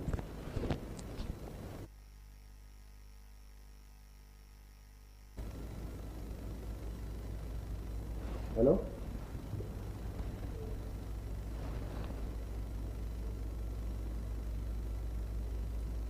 Hello? Well, I'm afraid we have to come back to the studio where we have Barrister Musa. We just have to try it again. Barrister, your friend who is also a legal practitioner, we are having difficulty having him stay with us via his Zoom link. And our time is really flying so far. So, going forward, Barrister, how can this be prevented? Well, because it makes mockery of the government of late President Muhammadu Buhari. Yes, well, we must also say that that government was characterized by all forms of corruption, abuses of human rights, and lack of responsibility towards the Nigerian people. And so, there are a lot of suits that were filed against people who spoke against his policies. A prominent example is several criminals leveled against us, like Omoyele Sowore, and at the end of the day, not justify those allegations to be withdrawn. The present Attorney General. So the Muhammadu Buhari was intolerant to critics, and then the level of corruption under his government was so alarming that Nigerians rose to the occasion to challenge his presidency. Unfortunately, he could not overthrow the APC government, but the Buhari's government was tainted with such level of corruption nobody can deny. And to justify the prosecution of things like the former and the current prosecution of the star, all justify the claim that the government is tainted with corruption. And so, to put measures in place, we already have in place to prevent corruption. And so, the problem we have is the execution of those laws that we have. And one of the reasons why it is difficult to execute those laws is because we have strong individuals, strong persons who are stronger than institutions. And no nation can grow when persons or personality are made to be stronger than institutions. We must have institutions. Institutions must be stronger than individuals. If not, this level of corruption must continue. And how do we have strong institutions? There must be watchdogs that a particular able access to a certain amount of resources and another institution or audit the expenditure or the access to funds of those institutions. But what we see is the minister, he gets all the money within that ministry. There is no institution administration to check the operation of the minister, and so corruption will certainly continue. Your comment is a bit subjective because your conclusion that the former and late president admits that massive corruption. Look at his own predecessor, former President Goodluck Jonathan, when he left office. There were so many prosecution of his cabinet members. Top on the list, you see the former Attorney General that served him there for almost 3 years until that case was thrown out. And of course, the former NSA Dasuki, we also have his case also at the Federal High Court, and even the founder, of course, now that communication with Stella Odwa and many others. Yes. So cannot be comparing. We cannot be comparing to fail. The fact that a person, you say Buhari failed better than, or Jonathan failed better than Buhari, mean that Buhari becomes a good president. So we've had series of failures. Remember that it is possible to do the right thing. So we cannot compare a failed administration to another failed administration and say because you did not do this level of, you did not fail to this extent, then you are a good person. No. The corruption associated with the President Jonathan administration is the same with that of Buhari, and then Buhari's government might even have surpassed the level of corruption. And how do we gauge these things? It is the standard of living of the Nigerian people that would tell whether a government is performing or underperforming. Because when the standard of the living and judged by the minimum wage and access they have to resources and a good life, you can say that the government is doing well. But when the standard of living is dropping by the day, you cannot say that the government is performing well, no matter how better they are done. And Buhari cannot even by any dimension be said to have performed better than President Jonathan. So no, there are some factors that that we have seen that will make one to say, well, there are some positives during the Buhari administration. On board, things just started working. If you remember, the NNPC in Port Harcourt and Kaduna, you know, to an extent, they performed. Yes, that is a grand failure, and I must say it very boldly. You see, he came with the impression that he knew what he was doing, and so that impression sent a message to us, and they wanted to do the right. But as time went on, they saw that this man is clueless, and so the level of corruption became so massive that no one President Muhammadu Buhari was anything good to the Nigerian people. So I cannot on any ground say that Muhammadu Buhari's administration was nice or good to the Nigerian people, because in a democracy there's something called dividends of the, and dividends of democracy is the benefit that the people enjoy as a result of being people are not benefiting, no matter the indices and the figures you put out there and say your government is succeeding and that success is not directly commensurate to the lifestyle of the citizens, then we cannot call it a success. Okay, now the current administration, we have seen so many issues, which of course you know the humanitarian affairs with better, the fake agency. How many do you think we get after the leaves of? Because when Malami was doing this, people never thought that the guy can go to an extent of, acquiring a massive wealth that he cannot explain. Yes. You see, the President Tinubu-led government is the worst in the history of our democracy, because one of the benefits that Nigerians derive from this democracy that we have is the subsidy in fuel. But because it affects everybody, everybody benefited from the subsidization of fuel. Unfortunately, President Tinubu removed the subsidy, claimed that apply the resources from subsidy to other areas to cushion the harsh of the removal of subsidy. At the end of the day, he's giving this money to state governors in Nigeria.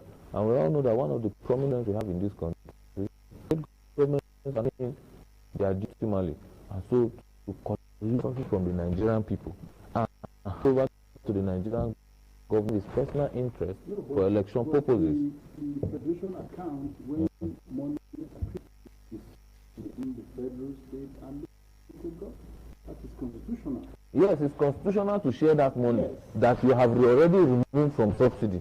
And so you do not have any mechanism in place to determine how these people spend this money. There's no law that empowers them to interfere the expenditure of state government. So why am I giving money to somebody who is accountable to me? Governors also have people in their state. The local government chairman also have people in their council. They can be asking the chairman and governor's question, how are you spending our money? Now, when you look at the structure of the government we have, who is going to ask the governor how his money? The people that would have checked the executive arm of government with the houses of assembly. So PSOs and NGOs can do that? Yes, you can, but then you will have answer. Yeah, but just question. Well, then, instead of not in the begin to question, how did you spend our money? Allow that subsidy to be there, so that if I go and buy fuel, nobody interferes with my purchase of that fuel. At least I will be. But now you have given the money to the governor, and the governor will be doing elephant projects like building overseas where it is not needed, and the people are living in anguish and in poverty. So it is a very selfish approach to governance. And we have seen so many infrastructures. What and what? Including you are from Kogi State. The last time I did Kogi by road to do so many projects. Maybe it's not Kogi State because no, I actually saw something. I did not. Is Kogi State? Is it? Do you have it? I can tell you that the Okene part is constructed. What is such project compared to the overall wealth and welfare of the people of Kogi State? If you travel from Abuja, that's a death trap. Not now. the road we are talking about. If Kogi to Abuja Road, no. Abuja Road is the dead trap. When was the last time? I think in December. And so, and I know I keep seeing updates from social media. I keep seeing updates on social media that the road is very stuck. I believe maybe it's understanding maybe the Abuja to Nasarawa or Abuja to Benue Road. Have you seen that to Kaduna? No, I have not. No, I have not seen that. Like Abuja to Kaduna. It's so fortunate that at this stage of our democracy, we are disgraced. Well, we are in other countries that have the amount of resources that Nigeria has. Like, but we ought to be. Long time ago. No. Not countries that have been practicing democracy for a long time. Not necessarily. Even countries that do not practice democracy. When you go to Dubai or Qatar, the development we have seen there is all happening in Nigeria because the resources that we have is the same we have. Let's be optimistic it will happen. We hope so. Thank you so much, Karim Musa, a legal practitioner based here in Abuja. Thank you for having me. So we now move to Lagos Network for contribution of the program this night.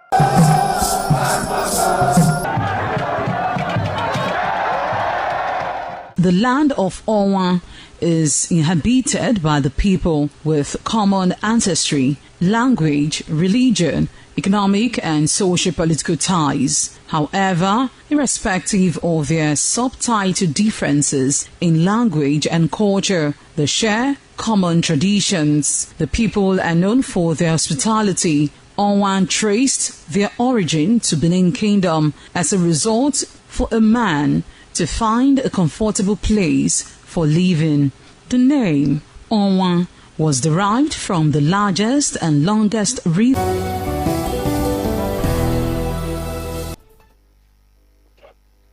Thanks for joining this morning. I'm Marcelina Unko. And of course, I have Dr. Ohai here with me. Doctor, good morning. Good morning. You're looking good today, as always. Thank you so much. Again, yes, this morning we have Honorable Ajadi, is a political analyst. Or should I say shifting? Good morning. Good morning. Thank you so coming. He told us he reported to AP, so we must respect that. Oh, should we say APC? That's good. So, I thought I told you about last time, except you want us to go back to No, we shouldn't go back. We shouldn't go back. Okay. All right, today we're going to be talking about the federal government's shared prosperity scorecard to measure impact of economic reform. The federal government says it will begin tracking whether its economic reforms are actually improving the lives of Nigerians by introducing a shared prosperity scorecard. They announced by the chairman of the Presidential Committee on Fiscal Policy and Tax Reforms, Taiwo Oyedele, during business conference in Lagos. Since President Bola assumed office in 2023, his administration has implemented major economic reforms, that is including removal of fuel subsidy, liberalization of the foreign exchange markets, allowing the naira to trade more freely, also fiscal and tax reforms aimed at boosting government revenue. So while this reform received praises from international financial institutions and investors, many Nigerians argue that it has also led to higher fuel, rising transportation costs, increased food price,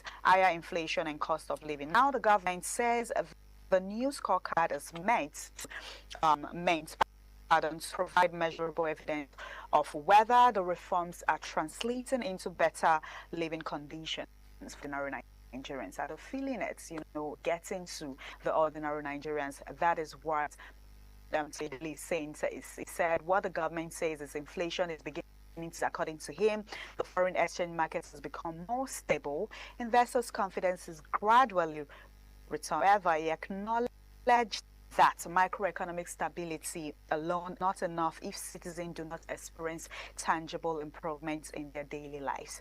The Ministry of Finance is expected to oversee the scorecard. No law date has been announced. So now many Nigerians that, you know, with all of these, there's still high cost of living, poverty, and widespread food insecurity persists. You know, households have yet to the benefits of this reform, but they said they're going to be tracking it now to see if ordinary Nigerians are actually feeling this thing that the government, you know, in. Okay, before we get to Dr. Victor, let's get to hear your take. Let's look at core metrics that the federal government will track. I'll just read them out here. One is reduction in dimensional poverty. They want to track it, not just income, but access to health, education, housing, and so on. And then they also want to check growth in real income pattern. Are Nigeria actually earning more after inflation?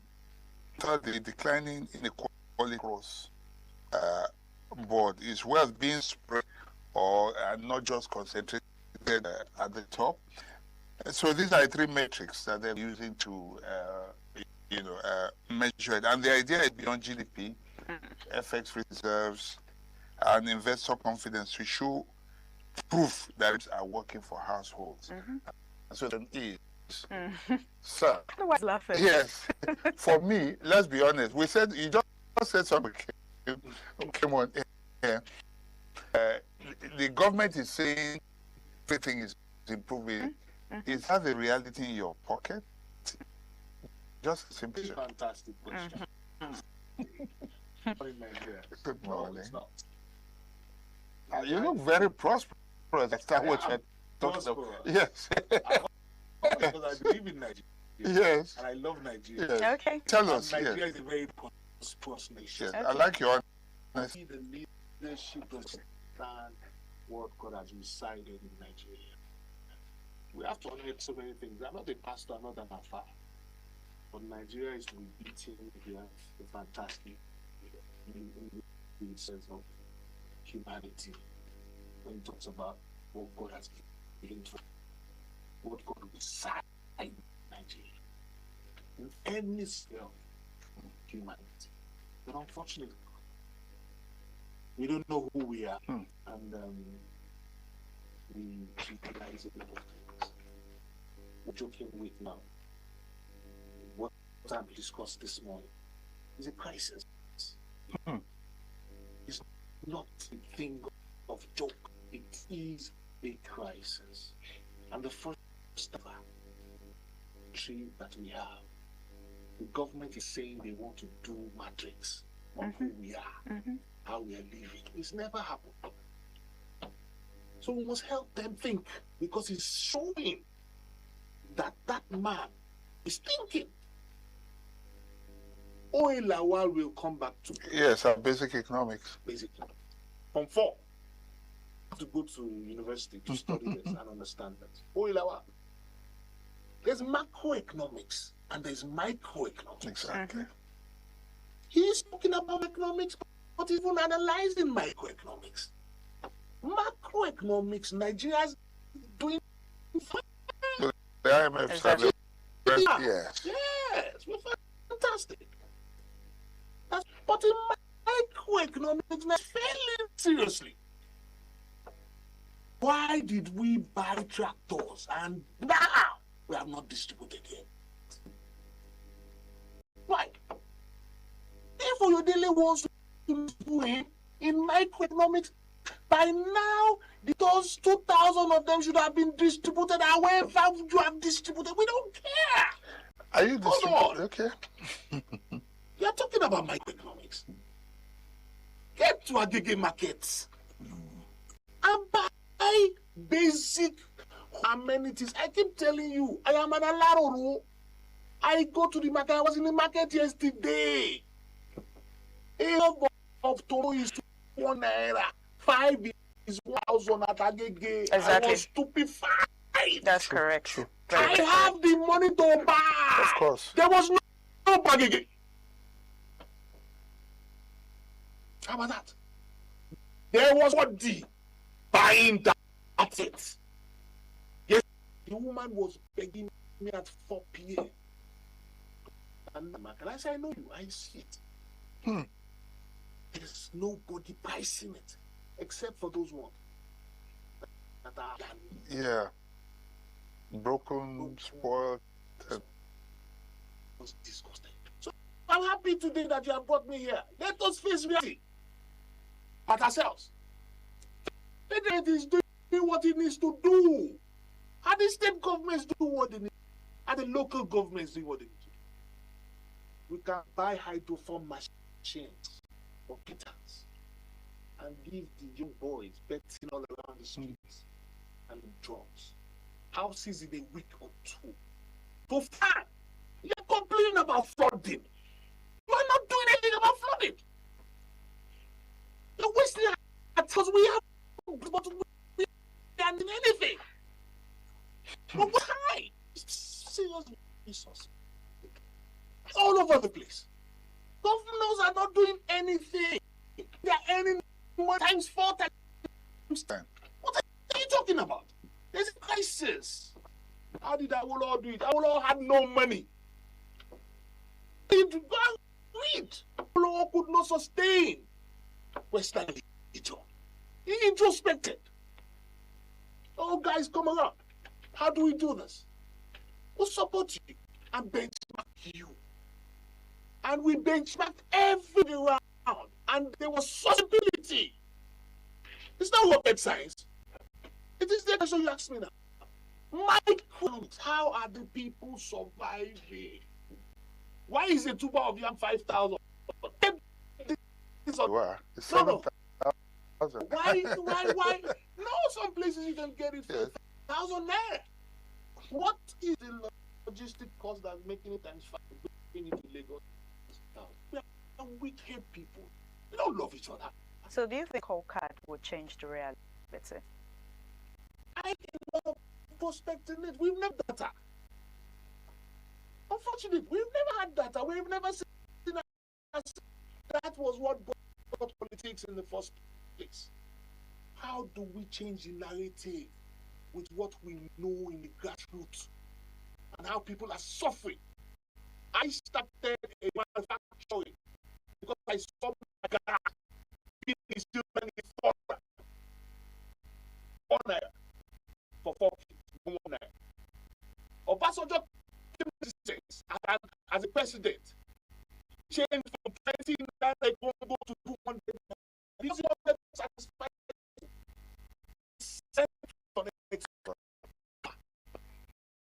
the investment went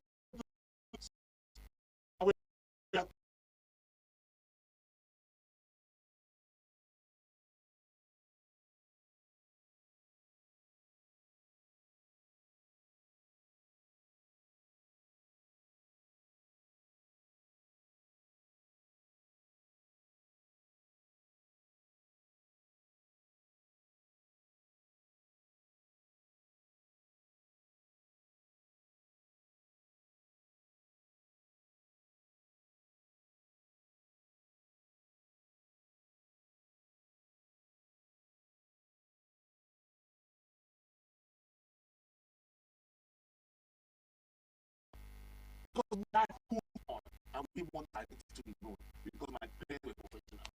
The reality is that. Are we seeing the dividends of time? No. So the first time ever, Nigeria is what? Nigeria is allies us, the Nigerians. Okay, I have a question. See, it's good, like you rightly said, that you want to bring these ideas, but do they really need to set up another body? Or just a minute, I'm heading somewhere. Do they really need to do anything? I mean, how are we going to get the facts when they are surrounded by your mandate we shall stand? High service, excuse my Nigerian English, where people who surround them will tell them only what they want to hear, by critics who tell them the truth. Do they need to set up anybody to know what the price is in the market Thank you very and much that for things that are difficult? I've contested elections before, several elections. What I expected him to have done was before they go to the market. That's practical economics. How's a kilo of this? How much is a kilo of that? How can I standardize that this is how they were doing it before? Can I do it better? For instance, I'll give you an instance. The market women continue to cheat Nigerians. Ask me why. There is a measuring tool that they give all over Nigeria, which is wrong. Measure per kilo or measure per gram. Anywhere in the world, you want to buy grades, it's measured per kilo. Even chocolates, sometimes it's measured per gram. Would you say that you and I must buy at yacht? And we have a government that standard basic things that we want. Standardization. You understand? We have and a some people consumer go protection into school and we have a consumer protection every agency. day and say they are going to work and they have children. Whereas they're not having any impact in Nigeria. That's the sad part. I cannot complain to anybody. When they call me, they know everybody in Agege market knows me. I'm telling you the truth this morning. They know me, including the guy that will back me from the start to the finish. I've seen it all. Because I want to know what is going on. That is what they say. The man should have checked out before speaking. What is happening?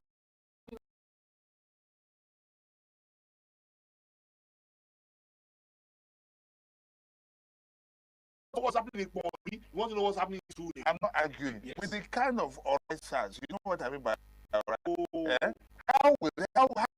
What has spoken a formidable thing. Wanting to have data is very important. My concern is we cannot move forward without data. Honorable Said, my concern. What about the NBS? What about the NBS? The NBS, National Bureau of Statistics. I mean, they do release economic data. So are we saying now that the data that they do release? Very good question. That's why I don't agree. Okay, why are you talking about inflation? No, wait, I don't agree because they have. Wait, just a minute. I remember that there was a statistics that they released when not long after it's got some time ago when this government was on, and then the government was refuting it.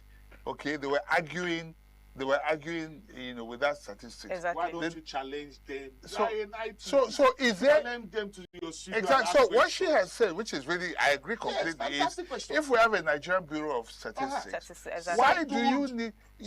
Why do we need another scorecard? Why do we need analysis from me? No. Of course. That's why I'm trying to make you understand that they have been sleeping. Long ago, they have been sleeping. They're not enforcers. They provide statistics. Information is what we need as Nigerians. But they provide the information. Sometimes information is not full. Sometimes it's just sparse. Sometimes there's lack of information. Okay, let's go into a bit of management. Just a minute. A bit of management. Management is what we're talking about. Just a minute, yes. Now. So we talk about management information system. Data is fed to management. Just a minute. It's okay. This is what's happening in the market right now. This is how much sales we've made. How they begin to provide that. What is the job of management? To analyze this data and look at the implication for the organization. Okay? So by implication, therefore, the Nigerian Bureau of Statistics, its job is not implementation. Its job is to provide data. And that data is for analysis by people in government so that they can take the right decisions. But we find you have an opportunity and you will do that, sir. You will do that. I'm just trying to help so that the audience also so the audience understands you. Yeah. So the point I'm making is when this information is fed as they hear all the time, because the president says he hears all the things that they are saying, which means he's not exactly ignorant. But you are surrounded by people. I beg your pardon, our president is very, very sound. Yeah. No, I say it's not exactly ignorant. Such words are derogatory for our president. He's not ignorant. That's what he said, actually. Excuse me, I'm a psychologist. We have to move forward. You see, that's part of the problem. Goodwill, patriotism. The president that is striving to make things happen for us because we have been through a lot of bad experiences.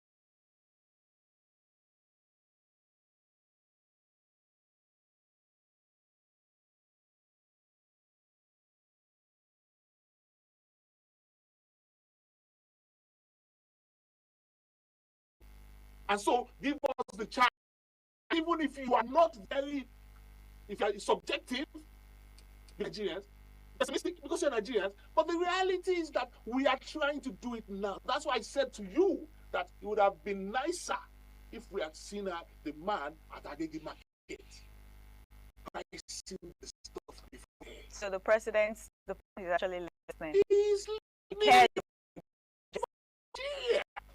Things is that proves to me he's a listening president. Yes, sir.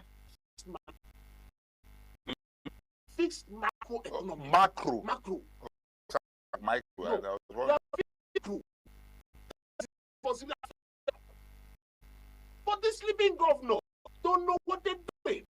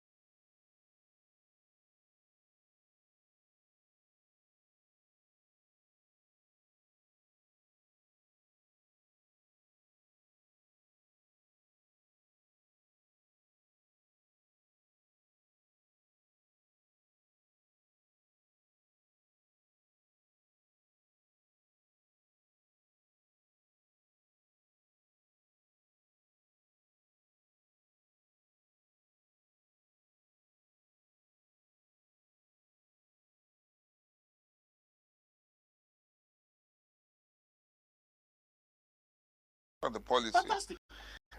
We are moving forward from day in Abuja and we in Lagos. It's now how are they doing in Lagos to influence Abuja by this policy? The question I've been asking, and I'll still ask you. You said the National Bureau of Statistics, they might not be giving out the correct statistics and all that. What makes you think this new scorecard, according to the Minister of Finance, shared prosperity scorecard, what makes you think it's not going to be the same? What makes you think they're going to bring the right statistical, show it to the what is that telling you? If it means saying that what we want to do now, and it's not carrying that MD, but that MD has given the right statistics. Because we're here to inform Nigerians. I'm trying to say something. Okay, go ahead.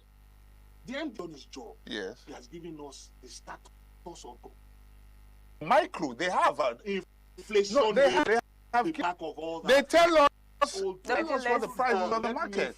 I'm not going to argue with you. Right. I'm going to speak to you. Yes. What the little I understand and my practical experience. If the Ministry of Statistics giving you the actual, then they don't know what they're doing. They don't. Liberty Market 4 p.m. yesterday. I'm telling you that bulb of tomato is 105 is 1,000. Facts. And you are telling me that there's some people that are being paid. I will say from the president. Because if I can come to the air on a television station and telling you that this is what is happening again, it's not a challenge to them. Hold on, wait. No. This, I'm not speaking. I have to speak for the NBS because these figures are there. They give these figures. They tell us what it is in the market. Okay, so to come here and make it seem like they're not doing their job is not right. It's not right. It's not. It's from space. It's not from Nigeria. No, this Bureau of Statistics is giving us. So let us put it into statistics. Yeah, it's there. Me on air that I the have data to out. every nation. Yes. 1 times is 1,000. Yes. Correct. That same 5 I used to sometimes 3,500. Okay. True. So what are you, when you know, what are you telling me about the statistics? I am proving to you that you are wrong on this table now. Because if I can get 3 for 500 before and 6 for 1,000, and I can only get 1 for 1,000. So who should be blamed? Goodness sake, what are you arguing about? Honorable Side. That's me a question. Who should be blamed? That's just a fantastic. When you analyze No, you have asked a question. I am a mathematician. I am a It psychologist. must not be rhetorical. So Let me answer. On the table to you. There is no science that is proving what you are saying. So who should be wrong? Let's have a conversation, please. Fantastic. First of all, I am saying, because I follow the Nigerian Bureau of Statistics, I've bought organizations so like Nairametrics. No, just a minute. No. You don't. We dialogue here. Just a minute. Okay. So, these statistics, I challenge you to go to the Nigerian Bureau of Statistics and check their website. I'm on it. So the thing is, this information is out there. Mm-hmm. It's not like it's not there. So government is a show now. No, saying this. We're probably both saying the same thing, but the way you are arguing it is what I think we must. I'm giving you the facts of the situation. The point I'm making is that NBS is providing this information. And what it is doing now is almost like out there in public space by the NBS. Okay, so let us advise the leave NBS. It's just one statistical analysis. There's the presidency. We have machines. If whoever you want to be, do the Ministry of Agriculture, it's rainy season, let them go to work. They can try and bench what is happening in Nigeria now. There is greenhouse farming. Do you not think security is an issue? Let me finish. I'm going somewhere. There's greenhouse farming now all over the world. That there is no how. If security is an issue in Northwest, it doesn't have to be the same usual way that you have been doing it. Come to some areas to everybody. Secure that environment. Plan for us. Get consultants and no greenhouse farming. Flood the market with all these things. Benchmark the prices. I have never seen a bulb of tomato at 200 naira. Is what I'm telling you. Honorable Said. Hold on. Food security is very important for governance. You don't want chaos. You don't want problems. You don't want chaotic situations. Let people that are home, because the president said that trying to provide solutions. Okay? Build hydroform houses in the bush secure with greenhouses. Plant gated for them. It's right in Africa, Egypt. It marks all the fruits and all the greens. A government. It has this that is giving people Egypt their own food. I have studied this.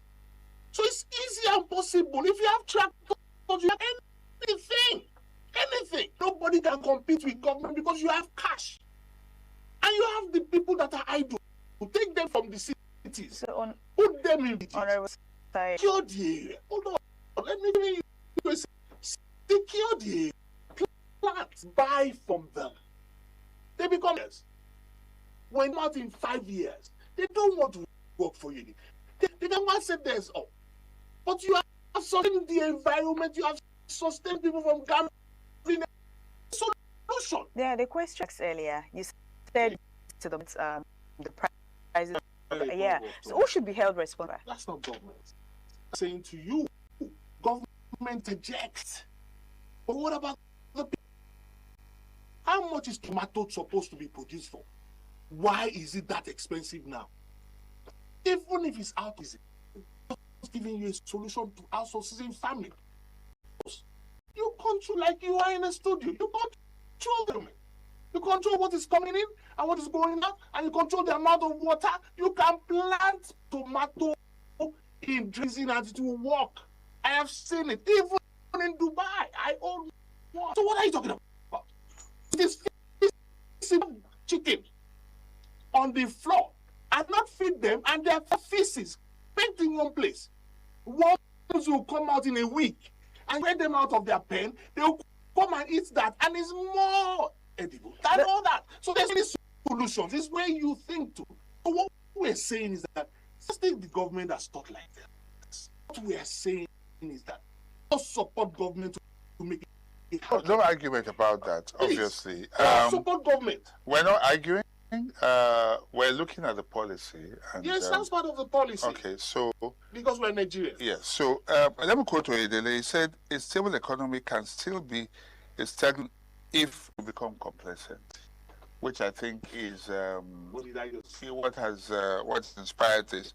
The good part of it is that the IMF and investors say it's improved investor confidence and economic stability. The FX market is more efficient, and inflation is that's at the macro level. Micro at the micro level, the IMF has also said that 63% of Nigeria's 200 million population remain in poverty, with millions facing food insecurity, facing high food, transportation, and living costs. Now, how does what they're planning right now is tied to the bigger agenda of government? A solution to a problem that I studied in Sweden for 2 years. You are not listening. What you just asked me is what I've just told you. The solution to this problem is agriculture. Engage the youth. Take them out of city. Build houses. Okay, I heard that, and I think the audience heard it. No, you don't need to repeat it because you've said it. No. Let me now go to addendum to that. Please, I just want us to stay focused on the topic. Okay, so the topic is what I'm still analyzing. Please. Don't worry. I'm not asking for... Hold on. We're not analyzing for government. We're analyzing the policy. Just a minute. We have to help government. We will, but just a minute. I don't want us to distract government does not understand what is going on. Please. Let me finish. Now, you ask me a question. You will. But I just want... Yes, just staying focused on this. We have seen... It does appear that the government in recent times has observed, or is, and I agree, they begin to become more aware of the fact that people are complaining about pains, in there and all that. But the now is macro, micro. Okay, government says everything is okay. The stomach at the pocket level, the ordinary person is saying things are not okay.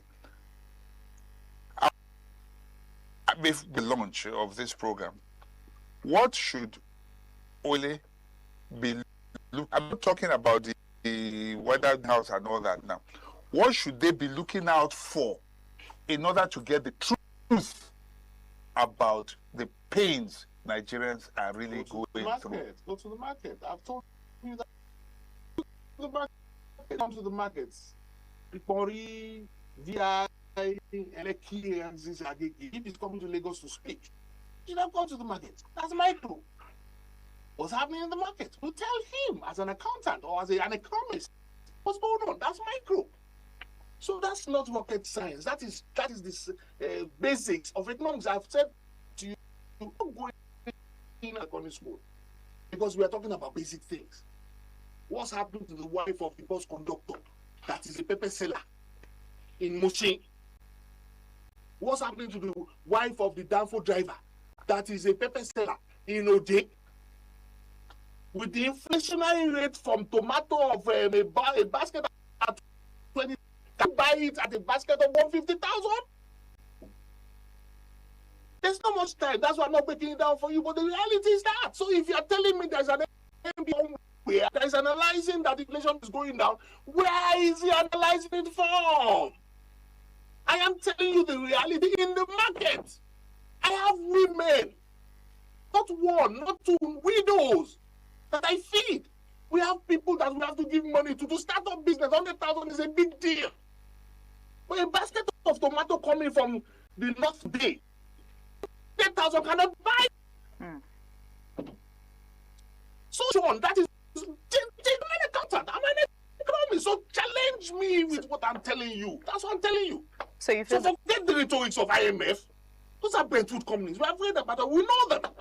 That's macro. That's why I keep telling you. But what is happening in Aben, in Oje, in Agege, in Mushin today is different ball games. I make soup with family six. Can they stay? Or it's going to be a week like they used to do? Those are the things you have to ask yourself. So I am telling you there's a crisis, a tomato bob, 200 naira, and they are confident to buy in Nigeria. I believe you. I believe that actually. I was to your table, then we can talk. Yeah. I've challenged Nigeria under Obasanjo with IMF and their bullshit. We are soaked into problems. The person that understands IMF, Nigeria now, is dissident. That's why you have to give it to him that is thinking. Honorable Said. Find out what's happening in Nigeria. Honorable Said, like I said, I agreed with what you said. I went to the market yesterday. The price of tomatoes is very, very expensive. What you said that the solution is for Oyedele to go to the market and see for himself. Okay, what don't you think? Call the meeting of the MD or the GM of MBA. Come to me. Don't you? Are you sure you know what you are writing out? Don't you think it would have, Honorable Said, don't you think it would have been okay Nigerians can independently themselves? I mean, be That's Nigerians. What I'm trying to do to you now, telling you the right price of tomato in the market. What am I doing with the tractor? That's what I'm saying. Okay, the money you want to spend now, Mr. President, don't give it to those people. Give it to Nigerians directly. Do you think the president, Honorable Said, do you Look think at your state. Honorable Said? Look at your state. Your state has the best farm settlements in Nigeria. Moribund. They are complaining you want to be a president. You have not cleaned your area. You have to face reality. Governors, the kind of money in the governor's hands now is crazy. So we have to check them and ask them questions. What is your scorecard? Is it Stein or your Ibadan road that you have done 8 years that you are a president and you were a presidential candidate? You cannot feed your people. In those days, military people used to feed us in Ibadan.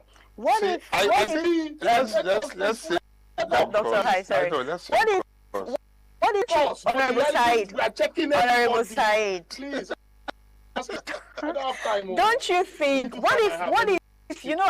I've had a guest also say, what if the president is not getting the right information? I mean, these people come out, see that the economy is bad, and do not tell the president that this is what's happening. The president will have someone see this program and say that this is the way forward. Use the tractors that you have bought, Mr. President, for a year. Distribute it to APC members that are farmers. Give them. No matter what they get from this year's harvest, it's a plus for you. So those that are not APC now, I am being myopic, so that even if it's APC members alone, they are Nigerians. Do you understand the impact that will have all around the nation? Is what I'm saying. Okay. APC is all around the nation. Most of the other parties are just starting to get themselves around the nation. So if the president wants to do something, and he has it already in Nigeria. So, Honorable Said, you've been mentioning agriculture. Yes. People should venture. Yes. I mean, most persons would love to, but don't you think insecurity too is part of the reason? Farm, 10,000 reason why they have just harvested tomato. 1 naira they did not give me, but they have made money. And I know those farmers are millionaires now. What are you talking about? Go and ask how what farming can do to you. God says you drop one seed, I've given you multiple. Why don't you try it? That's miracle. Okay, so let me just double down on the question that she talked about, the issue of insecurity. What impact is on the macro policies of government, how it affects? Nigeria is a geopolitical zone. Yes. We have 6 geopolitical areas, correct? We have seen insecurity in some areas. You can draw the map and say, okay, this is where. Well, this is federal government. Then you call this maybe 6 states that in that zone. Look, this is what I have to do. If we're able to do this together, then we can multiply it into other states. But let's do a pilot project for the love of Nigerians here. It's like security here. We can make it happen here. That's all. That's why I'm mentioning governors. They control. Okay? So that's why governors doing here. So make use of.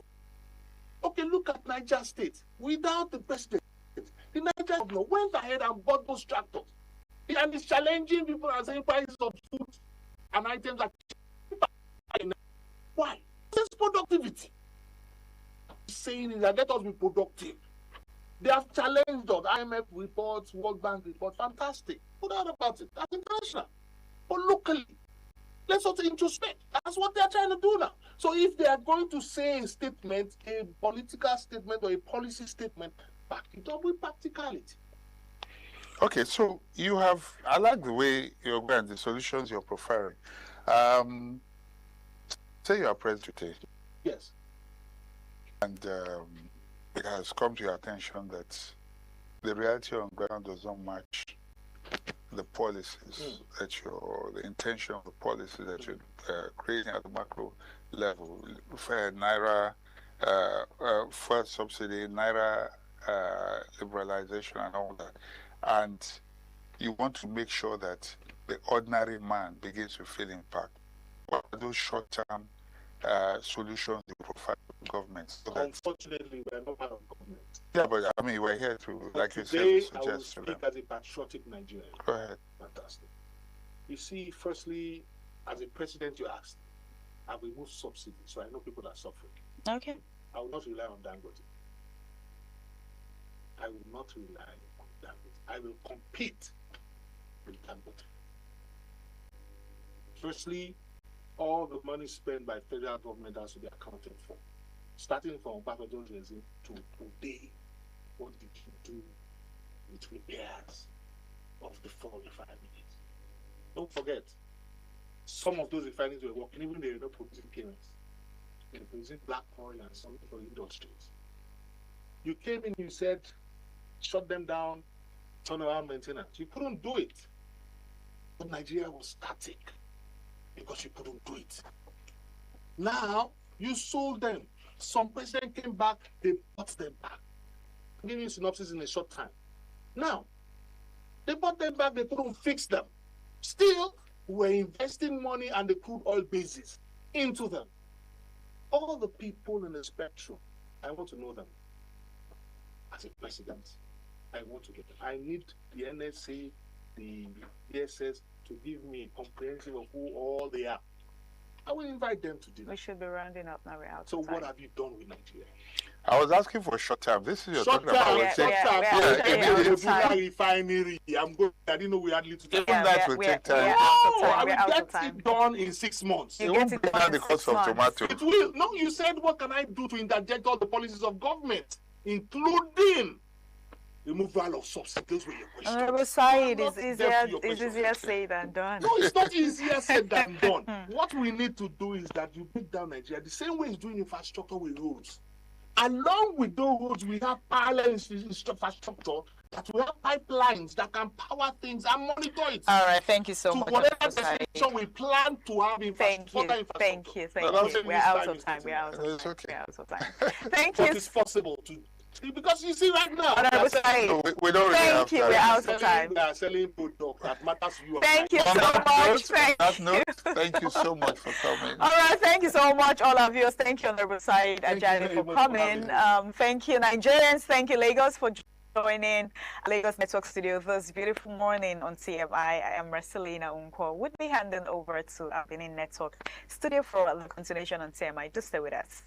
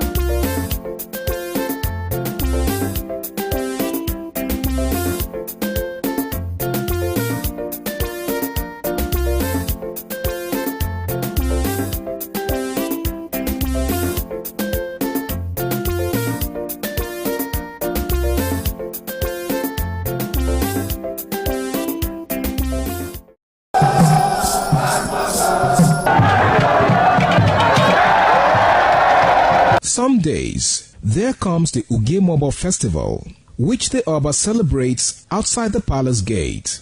A pavilion is built of red cloth where rites are performed to drive away all evil spirits still unsatisfied.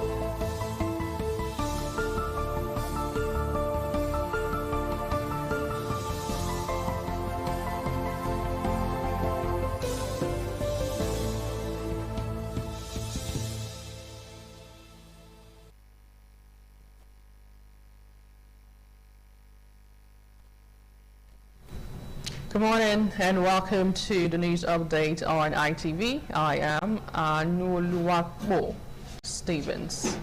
We're beginning on the political front, where the political fracas rocking the Edo State chapter of the African Democratic Congress ADC has taken another dimension following the sealing up of the secretariat of the party by a faction in Benin City. Efosa Wangwe reports. The factional chairman of ADC, Chief Tony Alile, said one Mr. Kennedy Odion, who claimed to be the chairman of the party, has been expelled. Alile, who titled his speech as Edo State ADC putting the record straight, moves to end alleged misrepresentation of the party by Mr. Kennedy Odion, said those persons parading themselves as the new executives and causing trouble in the party are no longer members of the ADC. He asked the general public to disregard any information statement, meeting or directive comment from the said Mr. Kennedy Odion. He added that Mr. Kelly Odion, whom the party can no longer has the party. Chief Alile also warned other political parties that are sponsoring the expelled chairman Kennedy Odion to desist from such acts and face issues that are affecting their party. We have respected the law enforcement agency. They should go in and do their work by doing their own due diligence to ascertain who the true leadership of this party is, because we will not be kept on perpetual postponement of our meeting. In an interview, the state organizing secretary of ADC, Charles Imoetian, described the crisis striking Edo State ADC as a communication gap. Imoetian asserted that the party higher body said none of the executive members should be pushed aside until their tenure expired. He said on the party secretariat, the bill was footed by the party organ in Edo State through internally generated revenue. He prayed for peace to reign and said the secretariat belonged to ADC, not an individual. I rather advise that let peace reign in Edo State, because that secretariat belonged to ADC and not individual. However, earlier in a recent interview, Mr. Kennedy Odion said he was the authentic chairman of the party while welcoming the Court of Appeal judgment and called on the Independent National Electoral Commission not to recognize state congresses conducted by committees appointed by the party's National Critical Committee led by Senator David Mack. From Benin, Efosa Wangwe, ITV News. In the meantime, residents of Ugweze community in Isi axis of Unwode local government area, Edo State, have benefited from another round of Isi Winner Harvest of Hope Food Initiative, a humanitarian program spearheaded by the chairman-elect of Unwode Local Government Council, Honorable Austin Imafidon. The initiative, aimed at supporting vulnerable members of the society, also featured the announcement of additional welfare interventions for beneficiaries. Osemudiame Osage has the details.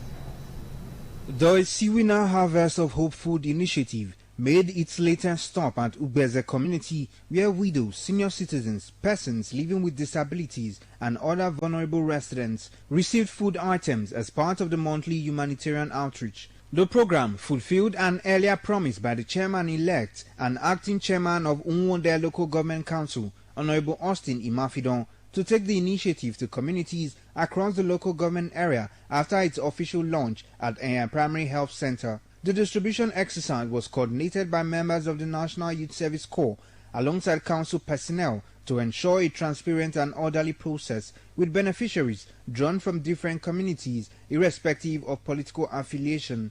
In his remarks, Honorable Austin Imafidon said the Harvest of Hope Food Initiative is a personal humanitarian project funded entirely from his pocket, pointing out that no government funds are used to finance the program. Most of the beneficiaries here are the vulnerable people in this locality, and I'm happy that I'm putting joy in their faces. So you can.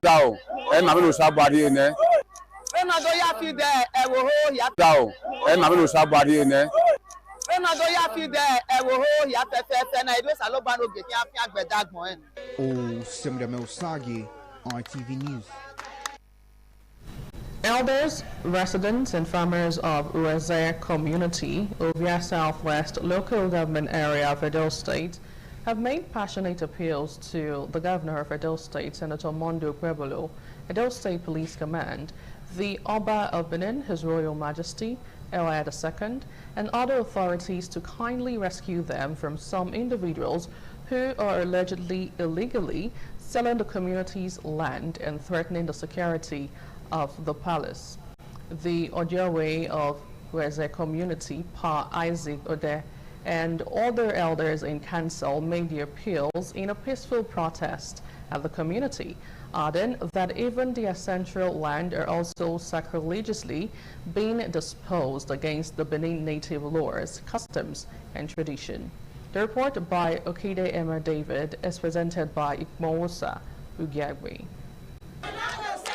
The Ojowe of Uweze community, Pa Isaac Ude, addressing the protesters, lamented that the community had been plagued by crisis and alleged that some youths are selling community farmlands, even with crops, without the consent of the rightful owners, as well as the community reserved lands, which was said to have been sold for 60 million naira. He accused some security personnel of aiding and abetting activities of the suspected perpetrators of the crisis in the community. They went to our reserve.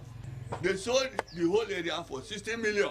Whereas the area is more than 60 acres they sold to the people who want to bring in Ruga. We don't need Ruga in this community. Some elders recounting their ordeals alleged that some youths led by one Mr. Monday Izogie have been selling community lands to Fulani herders who are now planning to forcefully occupy their community.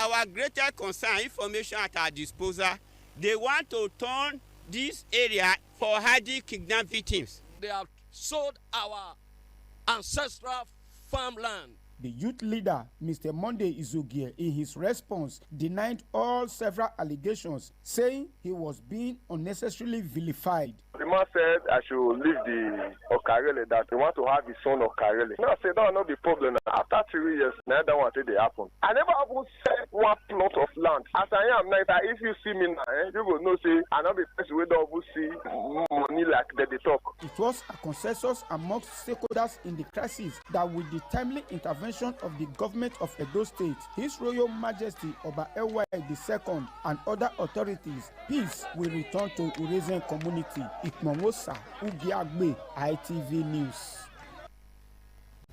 Away from that now to other stories where the atmosphere was filled with joy and celebration as the Uselu Divisional Choir rendered inspiring songs that electrified the congregation during a special Thanksgiving and baby dedication service at Uomori branch of Christ Chosen Church of God International near Benin City. While speaking during the service, the spiritual leader of Christ Chosen Church of God International, Senior Apostle David Unuefe, said the birth of a child brings completeness and greater joy to every marriage.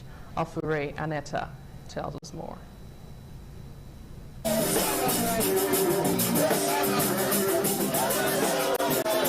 The occasion was the dedication of the first child, a baby boy of Apostle Felix Ege, an administrator in Christ Chosen Church of God International, and his wife. Before the baby dedication, Senior Apostle David Unuefe performed the foundation laying ceremony of an ultra-modern church auditorium at the Ewomore branch of Christ Chosen Church of God International.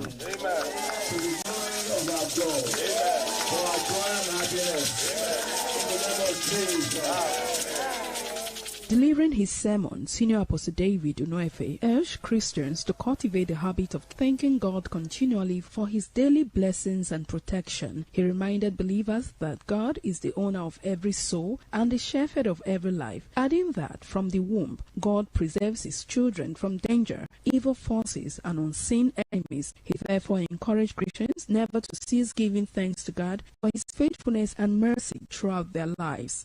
For the Bible says, a merry heart doeth good like waiting, and men sin. When you are happy, go they well.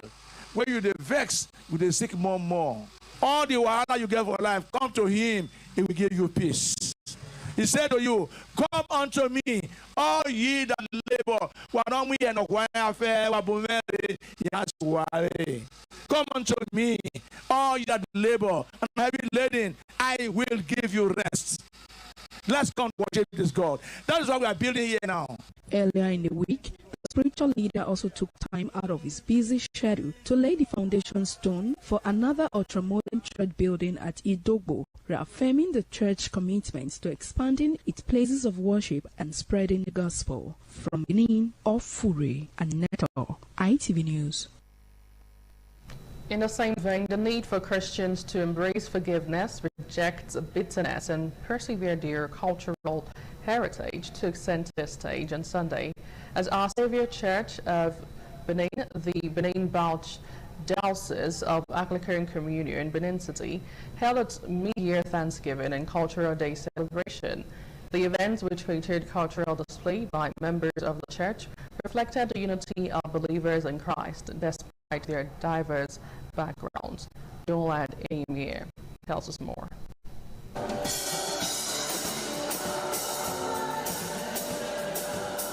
Amidst rich cultural display and thanksgiving, priests, members of Our Savior Anglican Church Benin Diocese of the Anglican Communion celebrated their mid-year Thanksgiving and Cultural Day, anchored on the theme, "There is neither Jew nor Gentiles, for ye are all one in Christ Jesus," taken from Galatians chapter 3, verse 28. The celebration underscored the unity of believers beyond ethnic differences.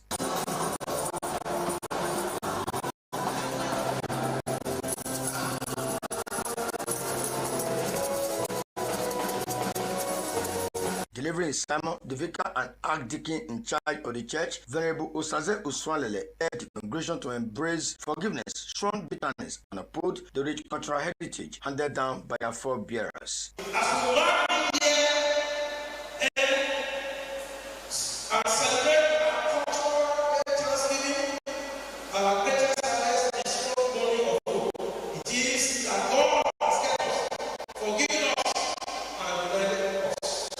Remarks, Venerable Osaze Uswalele and members of the church thanked God for the success of the celebration and prayed for continued peace and oneness among believers. We have so many good. As part of activities marking farewell to late Pa David Idehe, family members, friends, and well-wishers gathered in Benin City on Saturday for a social dance in celebration of his life and legacy. Eyes Buhunamure has more.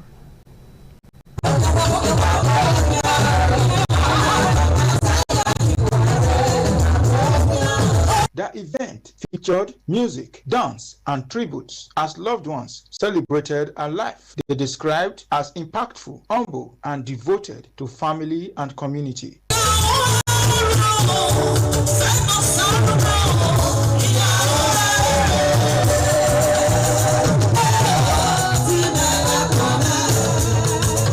Speaking during the ceremony, children of late Pa Amadasu expressed gratitude to everyone who stood by the family during their time of grief. They described their father as a caring mentor whose values of integrity, hard work, and compassion will continue to inspire generations. It's a man we all really miss. I don't see anybody that is going to fill that gap for us.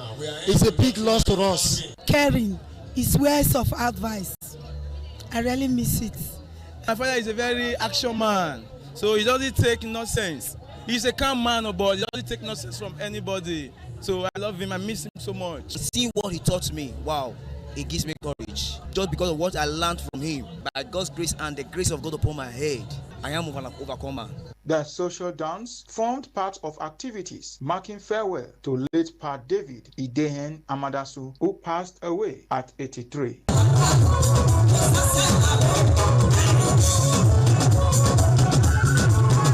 From Benin, Ehis Nhunamure, ITV News. And that ends the news at this time. Thank you so much for watching. I am Nuluwakbo Stevens. Up next is TMI Socials.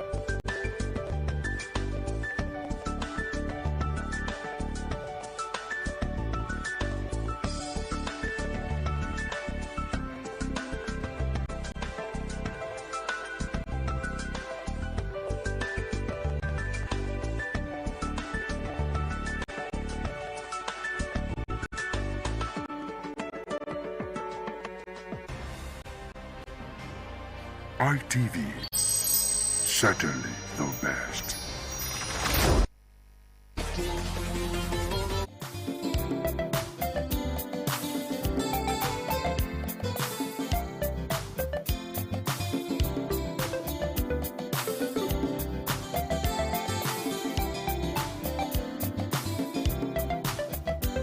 Good morning. This is TMI Socials. A lot of things to talk about today on the show. Welcome on board. I am Nuluwakbo Stevens. Better still, call me a social media butterfly. Now, our video of the day is a video that went viral over the weekend from the Senate, where the Senate President Godswill Akpabio revived the controversy around a video actually featuring Senator Adams Oshomole. Take a listen to that moment.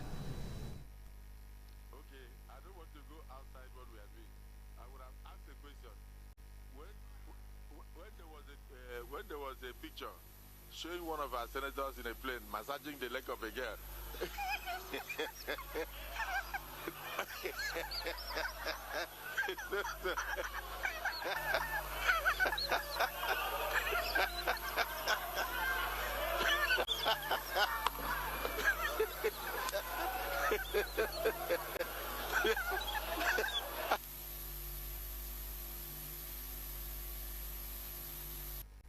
Well, I'm sure a lot of Nigerians always look forward to the goofy part of the Senate President. Now, the video of the day is about the reigning world champions, no other than Spain, who actually thrashed Argentina yesterday. Now, Spain have won the 2026 FIFA World Cup after defeating Argentina 1-0 after extra time in Sunday's final at the MetLife Stadium in New Jersey. Substitute Ferran Torres scored a decisive goal in the second period of extra time after Argentina were reduced to 10 men following dismissal of Enes Fernandez late in regulation time. Enough of the talking. Let's have a feel of the moment right here.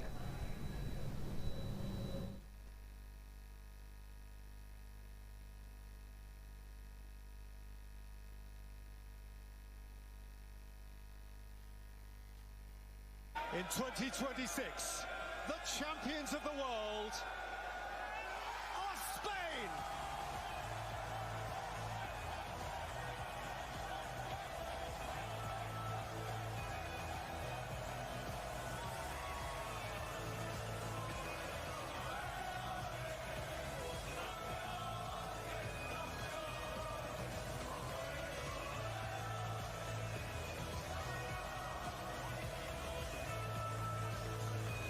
¡Viva!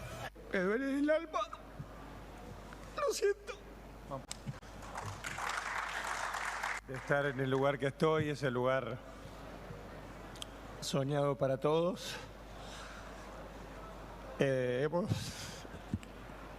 Hemos intentado hasta el último momento dar el máximo como cuerpo técnico, los jugadores, y creo que es justo que me pueda tomar este tiempo y pensarlo. Este lugar es maravilloso, maravilloso. Es un lugar soñado. Entonces, para seguir se necesitan un montón de cosas, sobre todo volver a resetearse, volver a formar un grupo como este.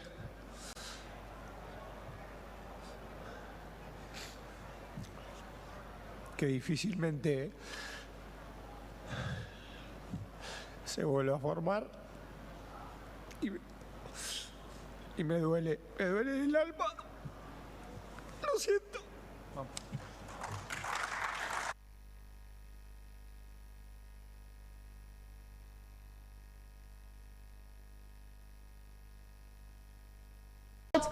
Yamal achieved what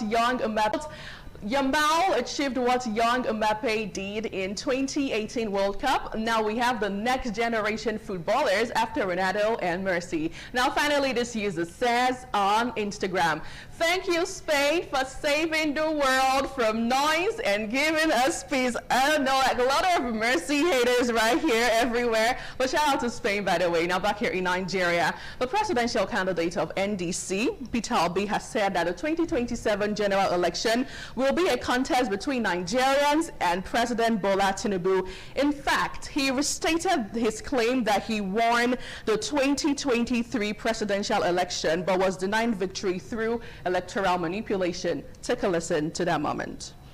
Election yourself, and what you know, and how are you now going to respond with this election? It's an election I don't like discussing because you know I won that election and it was rigged, but that's no problem. So maybe talk us through on how it, you know, how can the next election, in your view, be how can you break through? It is my belief that the next election is between the Nigerian people and the government in office. People here might not understand, but I can tell you. Yeah, tell us. The next election is going to be between Nigerian people and people in office because the Nigerian public probably has had enough. And they are determined that things have to change. And that will come out when we... Well, how true is this? Now, reacting to this online, this is what netizens have been saying. This user wrote on socials. Let's start off with this one who wrote on social media. This one says, "That's a significant allegation. Hopefully, the facts are examined through the appropriate legal and electoral processes." Another user reacting to this story wrote, "This is the only problem I have with PO. They are asking you practical questions but avoiding being rigged out again." And your response was, "The next election is going to be between the government and Nigerian people." So the 2023 election was between the government and the people of Russia, yeah? Or the Russian people? Well, good question there, if I would say. Now finally, if we have the final reaction on this particular story, This user wrote on X still, he did not win the 2023 election. He's a dishonest, delusional man. How can he keep claiming he won but was rigged out, and yet he couldn't prove it? And this user went on and on and on. I honestly wish I could take all of my stories here, but because of the time, we have to go now. Thank you so much for being a part of the show, and shout out to the reigning champion, Spain. We'll do this again tomorrow. On behalf of the team, Lagos, Abuja, and right here in Edo State, Nigeria. See you again tomorrow. Good day. Goodbye.